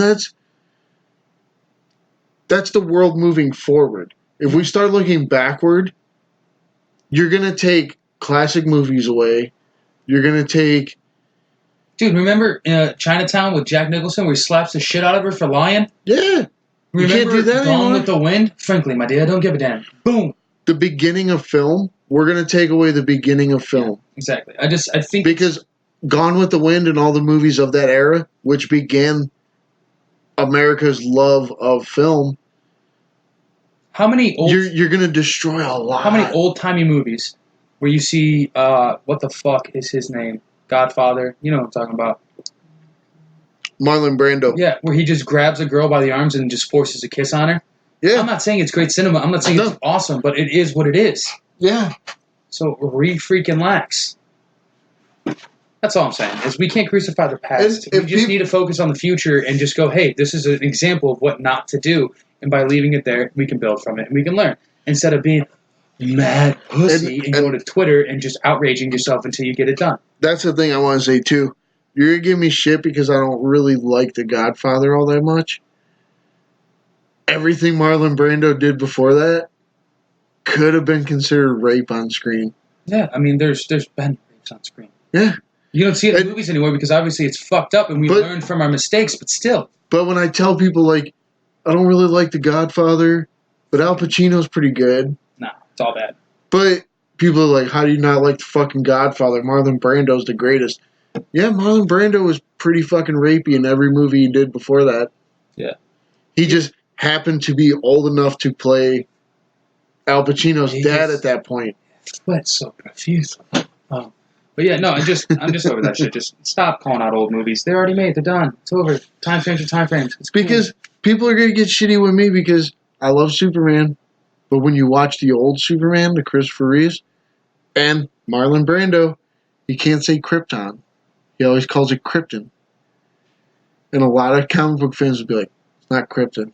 Fucking Krypton. Yeah, it's just pick and choose an outrage. Yeah. It's silly. It's silly. And it's the same thing. It's no different. Just leave the past alone. Learn from it. I'll get made fun of because they're like, you fuck comic book people. Oh, it has to be Krypton. I never said that. Okay, but I know that that's a thing. I'm just going to make fun of you because I can. Good for you. Because of Krypton or Krypton. Do it. Do it, pussy. Fucking pussy. But yeah, just leave the past alone. We learned from it. We're moving forward. So what do you got for fuck stories? Hit me, bruh. Scores of dead fish in the aftermath of a Jim Beam bourbon warehouse fire. Fucking crazy. Good trout, though. Probably delicious. After a massive and devastating fire at a Jim Beam bourbon warehouse in Kentucky, the wildlife in the nearby Kentucky River is now paying the price. Good push. CBS affiliate W Kentucky, I don't give a shit, in Kentucky captured the post-fire carnage, which images showing large numbers of fish dead floating downstream because they were way too damn drunk. They got alcohol poisoning. They died. The EPA is now on scene at the smoldering ruins of the warehouse, leading the charge to assist state and local authorities with the damage cleanup and assessment. The fire happened at midnight on Tuesday at a warehouse used to store the barrels for aging, firefighters said. Several fire crews responded, but they couldn't get close to the building due to the intense heat created by the burning alcohol. Flambéed everything. This is why a bourbon warehouse shouldn't catch fire, because there's almost no way to fight it. Just insulated with asbestos. They took a careful approach to the blaze, allowing it to rage on so that it could burn away most of the alcohol. They were concerned that blasting the building with water would flush thousands of liters of alcohol into the creek. Not wrong. Basically what happened. Yeah. It's regardless. The longer it burns, the more of the distilled spirits burn with it. So when they put it out, there will be less contaminated runoff that goes into the drinking water. Yeah. I mean, basically that's it. There's a bunch of dead fish because they had alcohol poisoning. Yeah. From a burning bourbon factory. Just gonna say, full disclosure, as a foodie, a bourbon marinated fish sounds delicious. Doesn't it though? Right? I know you can't eat fish. I can't eat fish, but bourbon, like a just coated in fucking like a bourbon coated anything sounds good. Yeah, exactly. So how many rednecks do you think are just diving into that river, just scooping buckets out? With fucking boners in their overalls. It all just tastes like early times whiskey from Walmart because it's so watered down, but that's exactly what they got. Dude. Yeah, I bet Miss Mila Kunis over there is a spokesperson for Jim Beam's like, fuck. Oh, she is. Yeah, dude. Yeah, dude. Good for Mila Kunis. Oh, dude, shots out. But in all honesty, I agree. It kind of sucks that they lost so much bourbon. I could give a fuck about your fish, dude. That's basically 45,000 barrels of bourbon gone. And that blaze, they're flambeing all that fish too. They're ready to fucking eat. Because just grab it, skin it, get it. It's all in that creek. Oh, dude. If you can eat fish, you're just gonna eat bourbon fish. You should have had the best 4th of July parties outside that creek. Definitely. If you're not shooting Roman candles at each other and dipping in there on a tire swing, you're fucking up. Okay, dude. If I could, nothing more American than some trout marinated in bourbon, marinating your life in it as well. If it was up to me, I would probably have every cow sipping Jim Beam with a straw. Right? Be delicious. Because it does. It sounds so good. What was it? We made that beer cheese that one time. No, you made beer cheese. You better use bourbon for the beer cheese. You use bourbon for the barbecue sauce. So we made the pork one.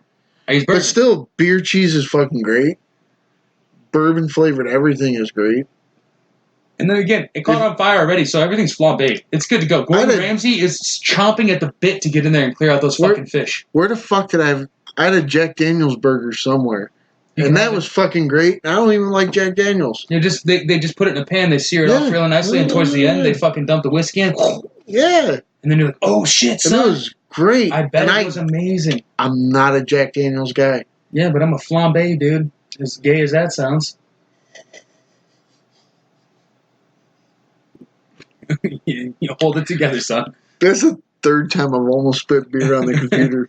But dude, I just think that's fucking. That's a lot of bourbon to lose. It definitely is. Shouts out to those fish dying a good life. They died happy, and you happy know as it. Fuck, dude. There was a tweet that came out, and it was like, "This is the first creek you can never go to. We found a trout and a wife beater yelling at its wife. I'll tell you when I'm leaving." And I was like, "This is the best fucking tweet of all time." It was such a funny fucking tweet. Oh god, that's great. But this is. Jim Beam, that's one of the small things that makes me enjoy the internet. Yeah, those little commentaries. Somebody will throw one thing up like that, and I will use the internet for 6 months after trying to find the next one. It's so funny. You got another fucked or? I do, but I'm gonna let you go first. I got a fucked one a little bit. 1,100-pound U.S. bomb from World War II defused in Germany after mass evacuation. Shit. We lost a fucking bomb, dude. I mean, that's bound to happen. An 1,100-pound World War II bomb was defused in Germany hours after thousands of people were evacuated from the surrounding districts on Sunday. Frankfurt officials called on about 16,500 people to leave their homes in Osten area east of the city's downtown on Sunday morning before emergency workers tackled the American bomb. It had been found during construction work last month. More than 70 years after the end of the war, unexploded bombs have turned up frequently in Germany. Disposing of them sometimes has entailed large-scale precautionary evacuations, such as the one on Saturday. Officials chose to defuse the bomb to allow preparation and to minimize disruption in Frankfurt, Germany's financial center. The defusing operation was completed by mid-afternoon, according to the city's fire service, after 2 hours after police verified that no one was left in the area. Fucking an 1,100-pound bomb? What are you doing? To me, that's bound to happen. It's just so much, though. That's so much explosive. We dropped so many. But that something was bound to get stuck somewhere. And maybe not detonate. That's just, to me, that's just horrifying. No, it's horrifying to come across, yeah. Yeah. But also, it's just horrifying to know that, like, we dropped bombs a lot of places in World War II. Frankfurt? A lot of bombs. Like that in Berlin. Best part about Frankfurt, though, hot dogs. Big fan of Frankfurters. Dr. Frankfurter? Shouts out. Oh, it's Frank Infurter. I fucked up. God damn it. You made me think about Rocky Horror, but aren't Frankenfurters are sausage, like bratwurst wrapped in bacon. Are they, though? I thought. I don't even think German allowed for bacon because they're just bad people. No, they like their bacon. And they like their fucking concentration as well. Damn it. They thoroughly enjoy the segregation of people. They're, I guarantee you there's bombs in Japan that haven't blown off 100%. yet. And there's also landmines. We've dropped so many that probably just hit ground and didn't explode like they were supposed to. And they're just like kind of buried there waiting for it to happen. I'm just happy that it wasn't like a stereotypically drunk German man stumbling upon this bomb being like, oh, is this a bomb? And then he's like, oh, fuck, dude. Oh, scheisse. Scheisse. Should we fuck with it? Nein. You just let it happen. But some fat guy that sounds like Arnold Schwarzenegger. I just thought it was fucked because 17,000 people almost died. Because that's fair. A 1,200-pound bomb was chilling. Just hanging out. Dude, a 1,200-pound anything chilling around me, aside from a vehicle, is going to make me upset. Made me more mad than Bret Hart. I promise you. I promise you. I'm going to just go outside and see a 1,200-pound anything. I'm going to be like, hey, that's an obstruction. Please listen to our special episode because every time he brings up Bret Hart, it makes my stomach hurt. I want to laugh so hard. I fucking hate that. Dude, it's the bane of my podcasting existence. But anyway. Okay. Like everything that happened in World War II, I fully expect them to find things left over. It should also weigh about 1,200 pounds. Every bit of despair. And I expect some of it to still be active because... Absolutely.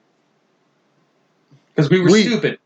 We didn't know how to build that well. And we were like, for whatever reason, I can't remember his reasoning, but FDR wouldn't get into the war until Japan bombed Pearl Harbor. I can tell you. History lesson. But he was like, we're fucking them up. And he was just like, we're going to drop every bomb we can. We're going to mutate them sons of bitches. And every time I hear that, that's all I think about. He Chernobyl before Chernobyl. Yeah. Yeah. Well, the reason, just real fast, we got into the war is because fucking Japan wanted oil, and we don't want to sell it to them. And so they're like, you got to fucking help us. Like, you got the oil. We need it. They bombed us over oil? 100%. Suicide bombs. Yeah, because it was the best. It was the best way to ensure. Because what happened when they flew from Japan over to Hawaii, they couldn't come back. You didn't have enough fuel. You didn't have enough fuel in the airplane, so you kamikaze because you didn't have enough fuel to come back. And then Ben Affleck got sad. Yeah, exactly. And Kate Beckinsale still pretty. Josh Hartnett lost his whole career. 30 Days of Night. You got another fuck story? I do. Go for it. A Florida man was arrested for covering his girlfriend in ketchup, Sounds like foreplay. screaming, "That's what you get, bitch." That's the headline. God damn it. That's the headline. Okay, continue. A Florida man was arrested over the weekend after he allegedly covered his sleeping girlfriend in ketchup because she thought she was fucking around on him. He could have beat her. It's better to cover in ketchup. Heinz 57, mystery ingredient. I'm sure in Florida, like a black eye gets looked over more than some ketchup. That's what I'm saying. Or a black guy, but Peter Wagman, oh, I was gonna get scared. 37 of Pinellas Park, was charged with domestic battery for pouring a large quantity of ketchup on his 41-year-old girlfriend after the couple had been in arguments over infidelity. Wagman and the victim, who won't be named in this article, had been in a relationship for 11 years prior to the incident. At 4:45 in the morning, the victim woke up to ketchup being poured on by the defendant as the defendant was yelling, "This is what you get, bitch."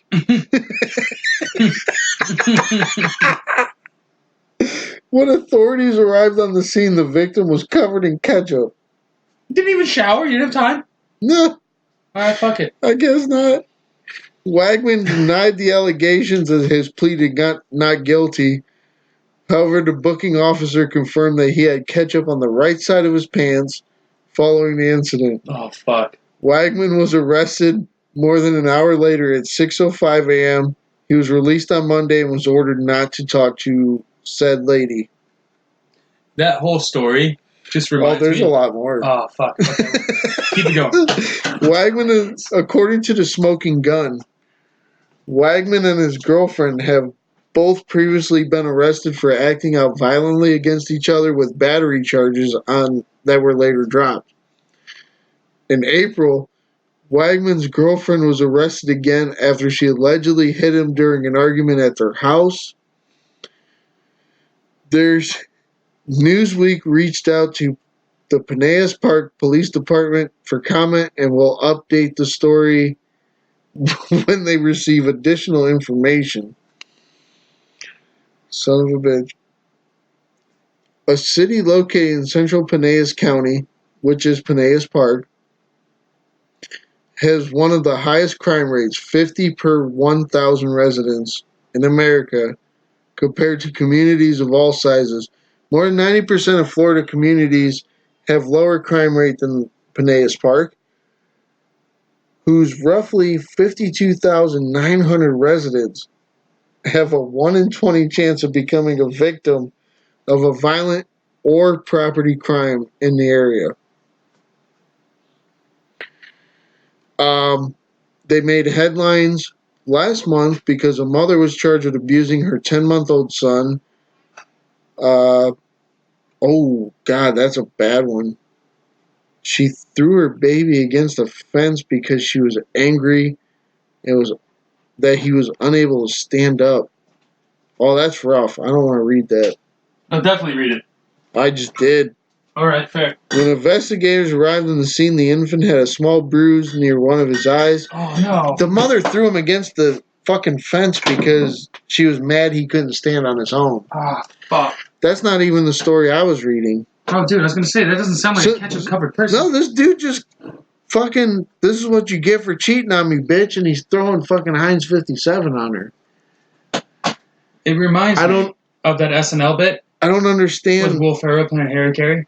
I'm with you. You eat a hot dog, would you eat yourself? No, I would. Cover myself with spicy brown mustard and wash me down with ice cold Budweiser. Him being Harry Carey was one of the best things I'm Harry Carey, but I don't think that this is necessarily an arrest-worthy thing. It's just more along the lines of, like, the cops knocking your door and be like, are you fucking serious, bro? This is along the lines of... It's not like a domestic to me. It's not something that I feel like she was in danger. You were covered in ketchup because you got a guy who just didn't have enough nuggets. He realized that you need more hot dogs. He realized you didn't like his special sauce, and you were getting it elsewhere. Fucking dude, I would have. I don't even know why you could be mad at being covered in ketchup when you could have been covered and worse or hurt worsely. You should call the cops to get him removed, but there should be no prosecutory aspects. We've heard stories From of Florida as well. Florida, where a dude was like throwing chicken McNuggets at his girlfriend. Because he was like, she's being a bitch. Well, hopefully they were neighbors. He was like and they could have throwing a party, dude. throwing fucking chicken McNuggets at her. And now this dude's like, my girlfriend done cheated on me, and I'm a squirter with Heinz 57. Which I'm a little upset because Heinz 57 is more expensive ketchup. You didn't use the Great Value. It's $1 difference, sir. How much did you cover in ketchup? Did you cover in enough ketchup? Oh, I'm betting the whole bottle. Dude, well then throw some mayonnaise on and make some fancy sauce, motherfucker. Okay. Here's where I'm at. If you didn't start with her panties and like make a period joke out of this shit, you fucked up. Because I would have, if I was dumb enough to squirt a girl with fucking ketchup, That's foreplay. I would have shot her in the crotch and made a period joke out of it. And then I'd have been like, fuck, you cheated on me, and I would have threw it all over her face.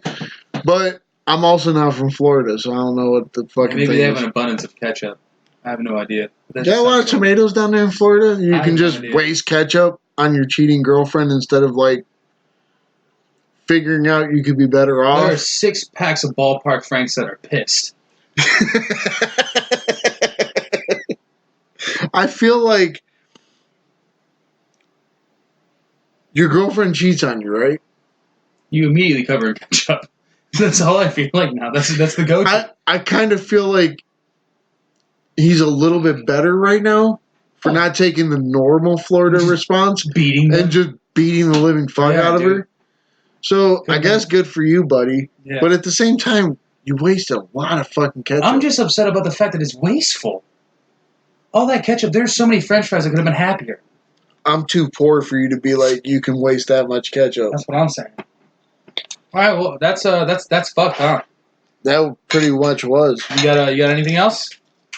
Or do you want to open some fun facts? Let's do this. All right, so fun facts. Some of you may or may not know that this podcast can be borderline retarded. So if you don't learn anything, you are now.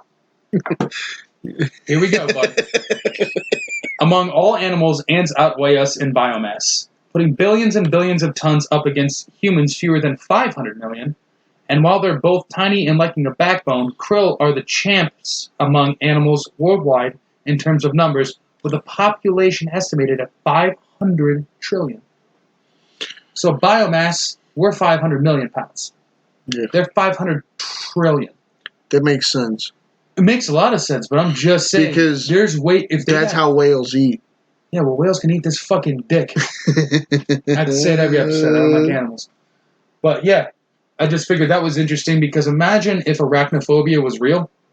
That movie actually happened with other animals. Holy I thought shit. you meant like the actual fear of spiders. Well, if you're afraid of anything, you're a pussy. But that's fine. Some people can't help it. No, they can. You can. I'm afraid of a spider. Oh, sorry. Do you not want to shower either? You fucking scared of drowning, you Chuck dumbass? a shoe. Yeah, dude, I killed a mouse No, I'm with you. Chuck a shoe, but at the same time, I kind of understand, like, oh, there's a spider, and they just kind of freeze up. Yeah, stomp on it. It's over. Fuck off. Be scared of lions and bears and things that can really fuck you up. And everything else in the Wizard of Oz. Yeah, thank you. Oh my, Tin Mans. By I'm the just way, saying. Judy Garland, goddamn. Well, she had a rough life after that movie. She did, but she was like, that's kind of Well, she followed the yellow brick road to the wrong place. New fact. A pound of dimes and a pound of quarters are essentially worth the same amount of money, namely $20. Makes sense to me. Fucking everything I say fun fact-wise makes sense to you. You're just a Snapple drinking motherfucker. Wait. A pound of dimes and a pound of quarters is equal value. A dime is 15 cents less than a quarter. Yeah, but it takes more to make a pound. I'll fucking pound you right now. With ketchup. I mean, It makes sense, but at the same time, like if you try to break it down, you're like, wait, It's a little weird, dude. dimes are 10 cents. Sounds like it's about $15 off. It should be, but you also need a lot more dimes to make a pound. Listen, I sold drugs. So my dimes and quarters are a little different. $20 ain't enough, dog. All right. Fuck. Sorry. Fair Jewel. enough. And last one, because baseball season's hot and going. The Cincinnati Red Stockings, now known as the Cincinnati Reds, of 1869 were baseball's first openly all-professional team with 10 salaried players. So it was the first to actually pay players to play ball. I knew this. Because you're a baseball fan. I love baseball. Yes, you do.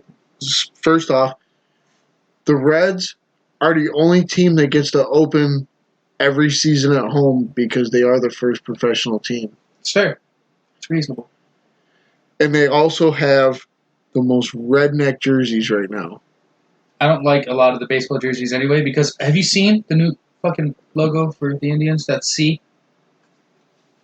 Oh, you're wearing it. No, I got Wahoo right now. Good. It better be Wahoo always. No, but, okay.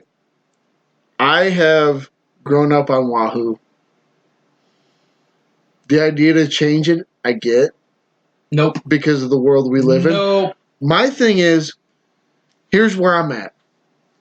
And I really should write this to the plain dealer. I would like natives of the Cleveland area, the ones who protest the games,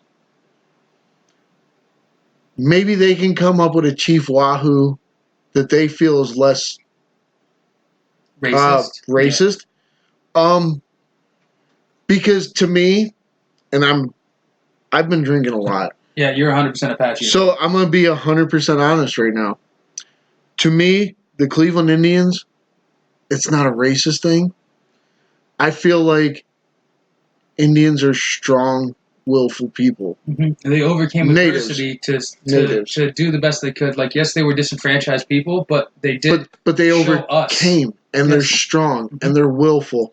And I feel like maybe Indians is the wrong name. Nope. But at the same time, talk to the natives. See if they can come up with a Chief Wahoo who's less racist, less, what's the word? Oppressive? Not oppressive. Yeah, well, I think actually what you are saying is like, because I've heard the argument from the Natives Association is the fact that it is racist and it is oppressive. Because they call him Chief Wahoo, he's only got one feather. Okay, well that's one of their things. Headdress. Yes, I understand because the chief has a headdress. But the biggest thing for them was the idea that the Indians changed their name from the Spiders to the Indians after the Braves won the pennant, and they were an Indian-inspired team. So a lot of teams.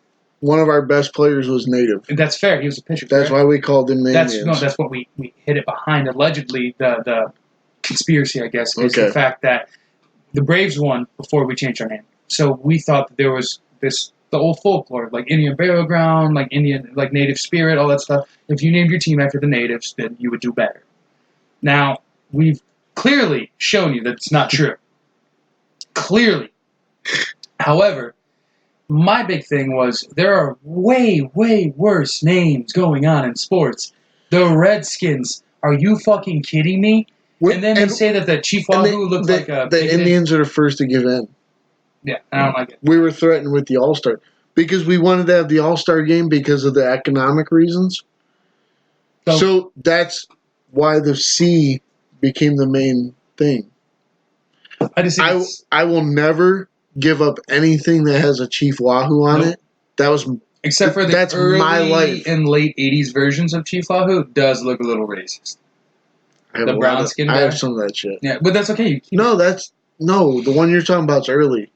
That's 48, 50s. So they changed him to a red? No, Bob. I have a Bob Feller jersey.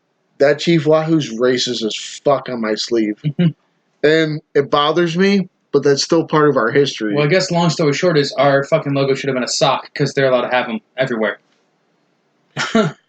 So, got any recs, dude? I've watched so many things since the 4th of July. Stranger Things Season 3, fucking great. Awesome. Excited for that. Go see Spider-Man. Yeah, you should. It looks fun. Like I said, I love what they're doing now, where it's John Hughes mixed with comic books. Yeah. Where you're getting That a teenage experience with a superhero who's a teenager. What the fuck's he supposed to do? Yeah. Do you go after the girl or do you be a superhero? I like that interior struggle. But Stranger Things, Spider-Man, that's my Rex. Dude, I went to the archives. Yeah? Yeah. What you got? The Golden Child. Nice. It was on Prime, and it was easy to download, so I was able to watch it on my own time, like on my phone and whatnot, when I have a couple extra minutes. Because I take, breaks weird at work and whatnot, so I could just piece it together. Yeah. And I hadn't seen it since I was a kid. And it fucking holds the fuck up. It is such a good movie. Eddie Murphy's in it, playing detective like he did in the 80s all the time. It was another 48 hours twice. And then he fucking Axel Foleyed his way through some supernatural shit, dude. It's a great film. I've heard talks of a remake, which is going to happen. But it's really fun. Probably. It's got the beats in it. There's action. There's comedy. There's the suspense and the supernatural. And it's basically that I like the idea of the emotional connection to seeing someone have to do what's right just because it's right. Not even because you want to be involved. It's just right. It's the best thing you could do. So I recommend The Golden Child immensely. Anything Eddie Murphy's pretty solid. No. No, Norbit wasn't. Norbit can fuck off. Norbit can fuck off. But for the... Eddie Murphy's done some pretty Daddy solid Daycare. work. I never watched it. 1,000 Words. What the fuck is that? Oh, where I never even heard of that. There's a tree with a bunch of leaves on it, and every time he speaks, a leaf falls off that tree, and once all the leaves fall off that tree, he dies. Oh, fuck that noise. Yeah. Because Eddie Murphy's gonna fucking talk. The Adventures of Pluto Nash. He took a wash on that one, yeah. Mm-hmm. Okay. Like, so there's like the Nutty Professor, and the first one. That's it. And those movies made some good movies. Sorry. Those movies made some good money. Other than that, go back to the 80s on Eddie Murphy. Nah, dude. He did Life. It's a great film. No, I love Life. He did Mr. Church, which is a fantastic film. He did Dreamgirls, which won a Grammy and an Oscar. I'm going to say this. Life, him and Martin Lawrence together, fucking great. Until Martin Lawrence went crazy. But he's doing Bad Boys 3. So, fair enough. That's my recommendation. I'm going to watch fucking Bad Boys 3, too. I know you fucking are, you son of a bitch.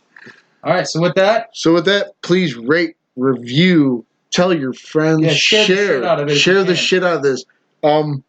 Please, because shares will help us immensely. Yeah, it'll help us grow. We don't have your friends. Again, we don't have your friends. We don't have your friends. We want to make more friends. We want more eyes on this so we can get the input from the listeners so that we can do better. I would like to know more people who might give us notes on this. That are not Canadian only. Yeah. Yeah. And also, send in any recommendations that you have. Maybe we should watch. We can talk about it. Maybe you can go ahead we'll watch them. We'll talk about them. Give us some questions, some hypotheticals, and just let us know how the fuck we're doing and if you enjoy it. Yeah.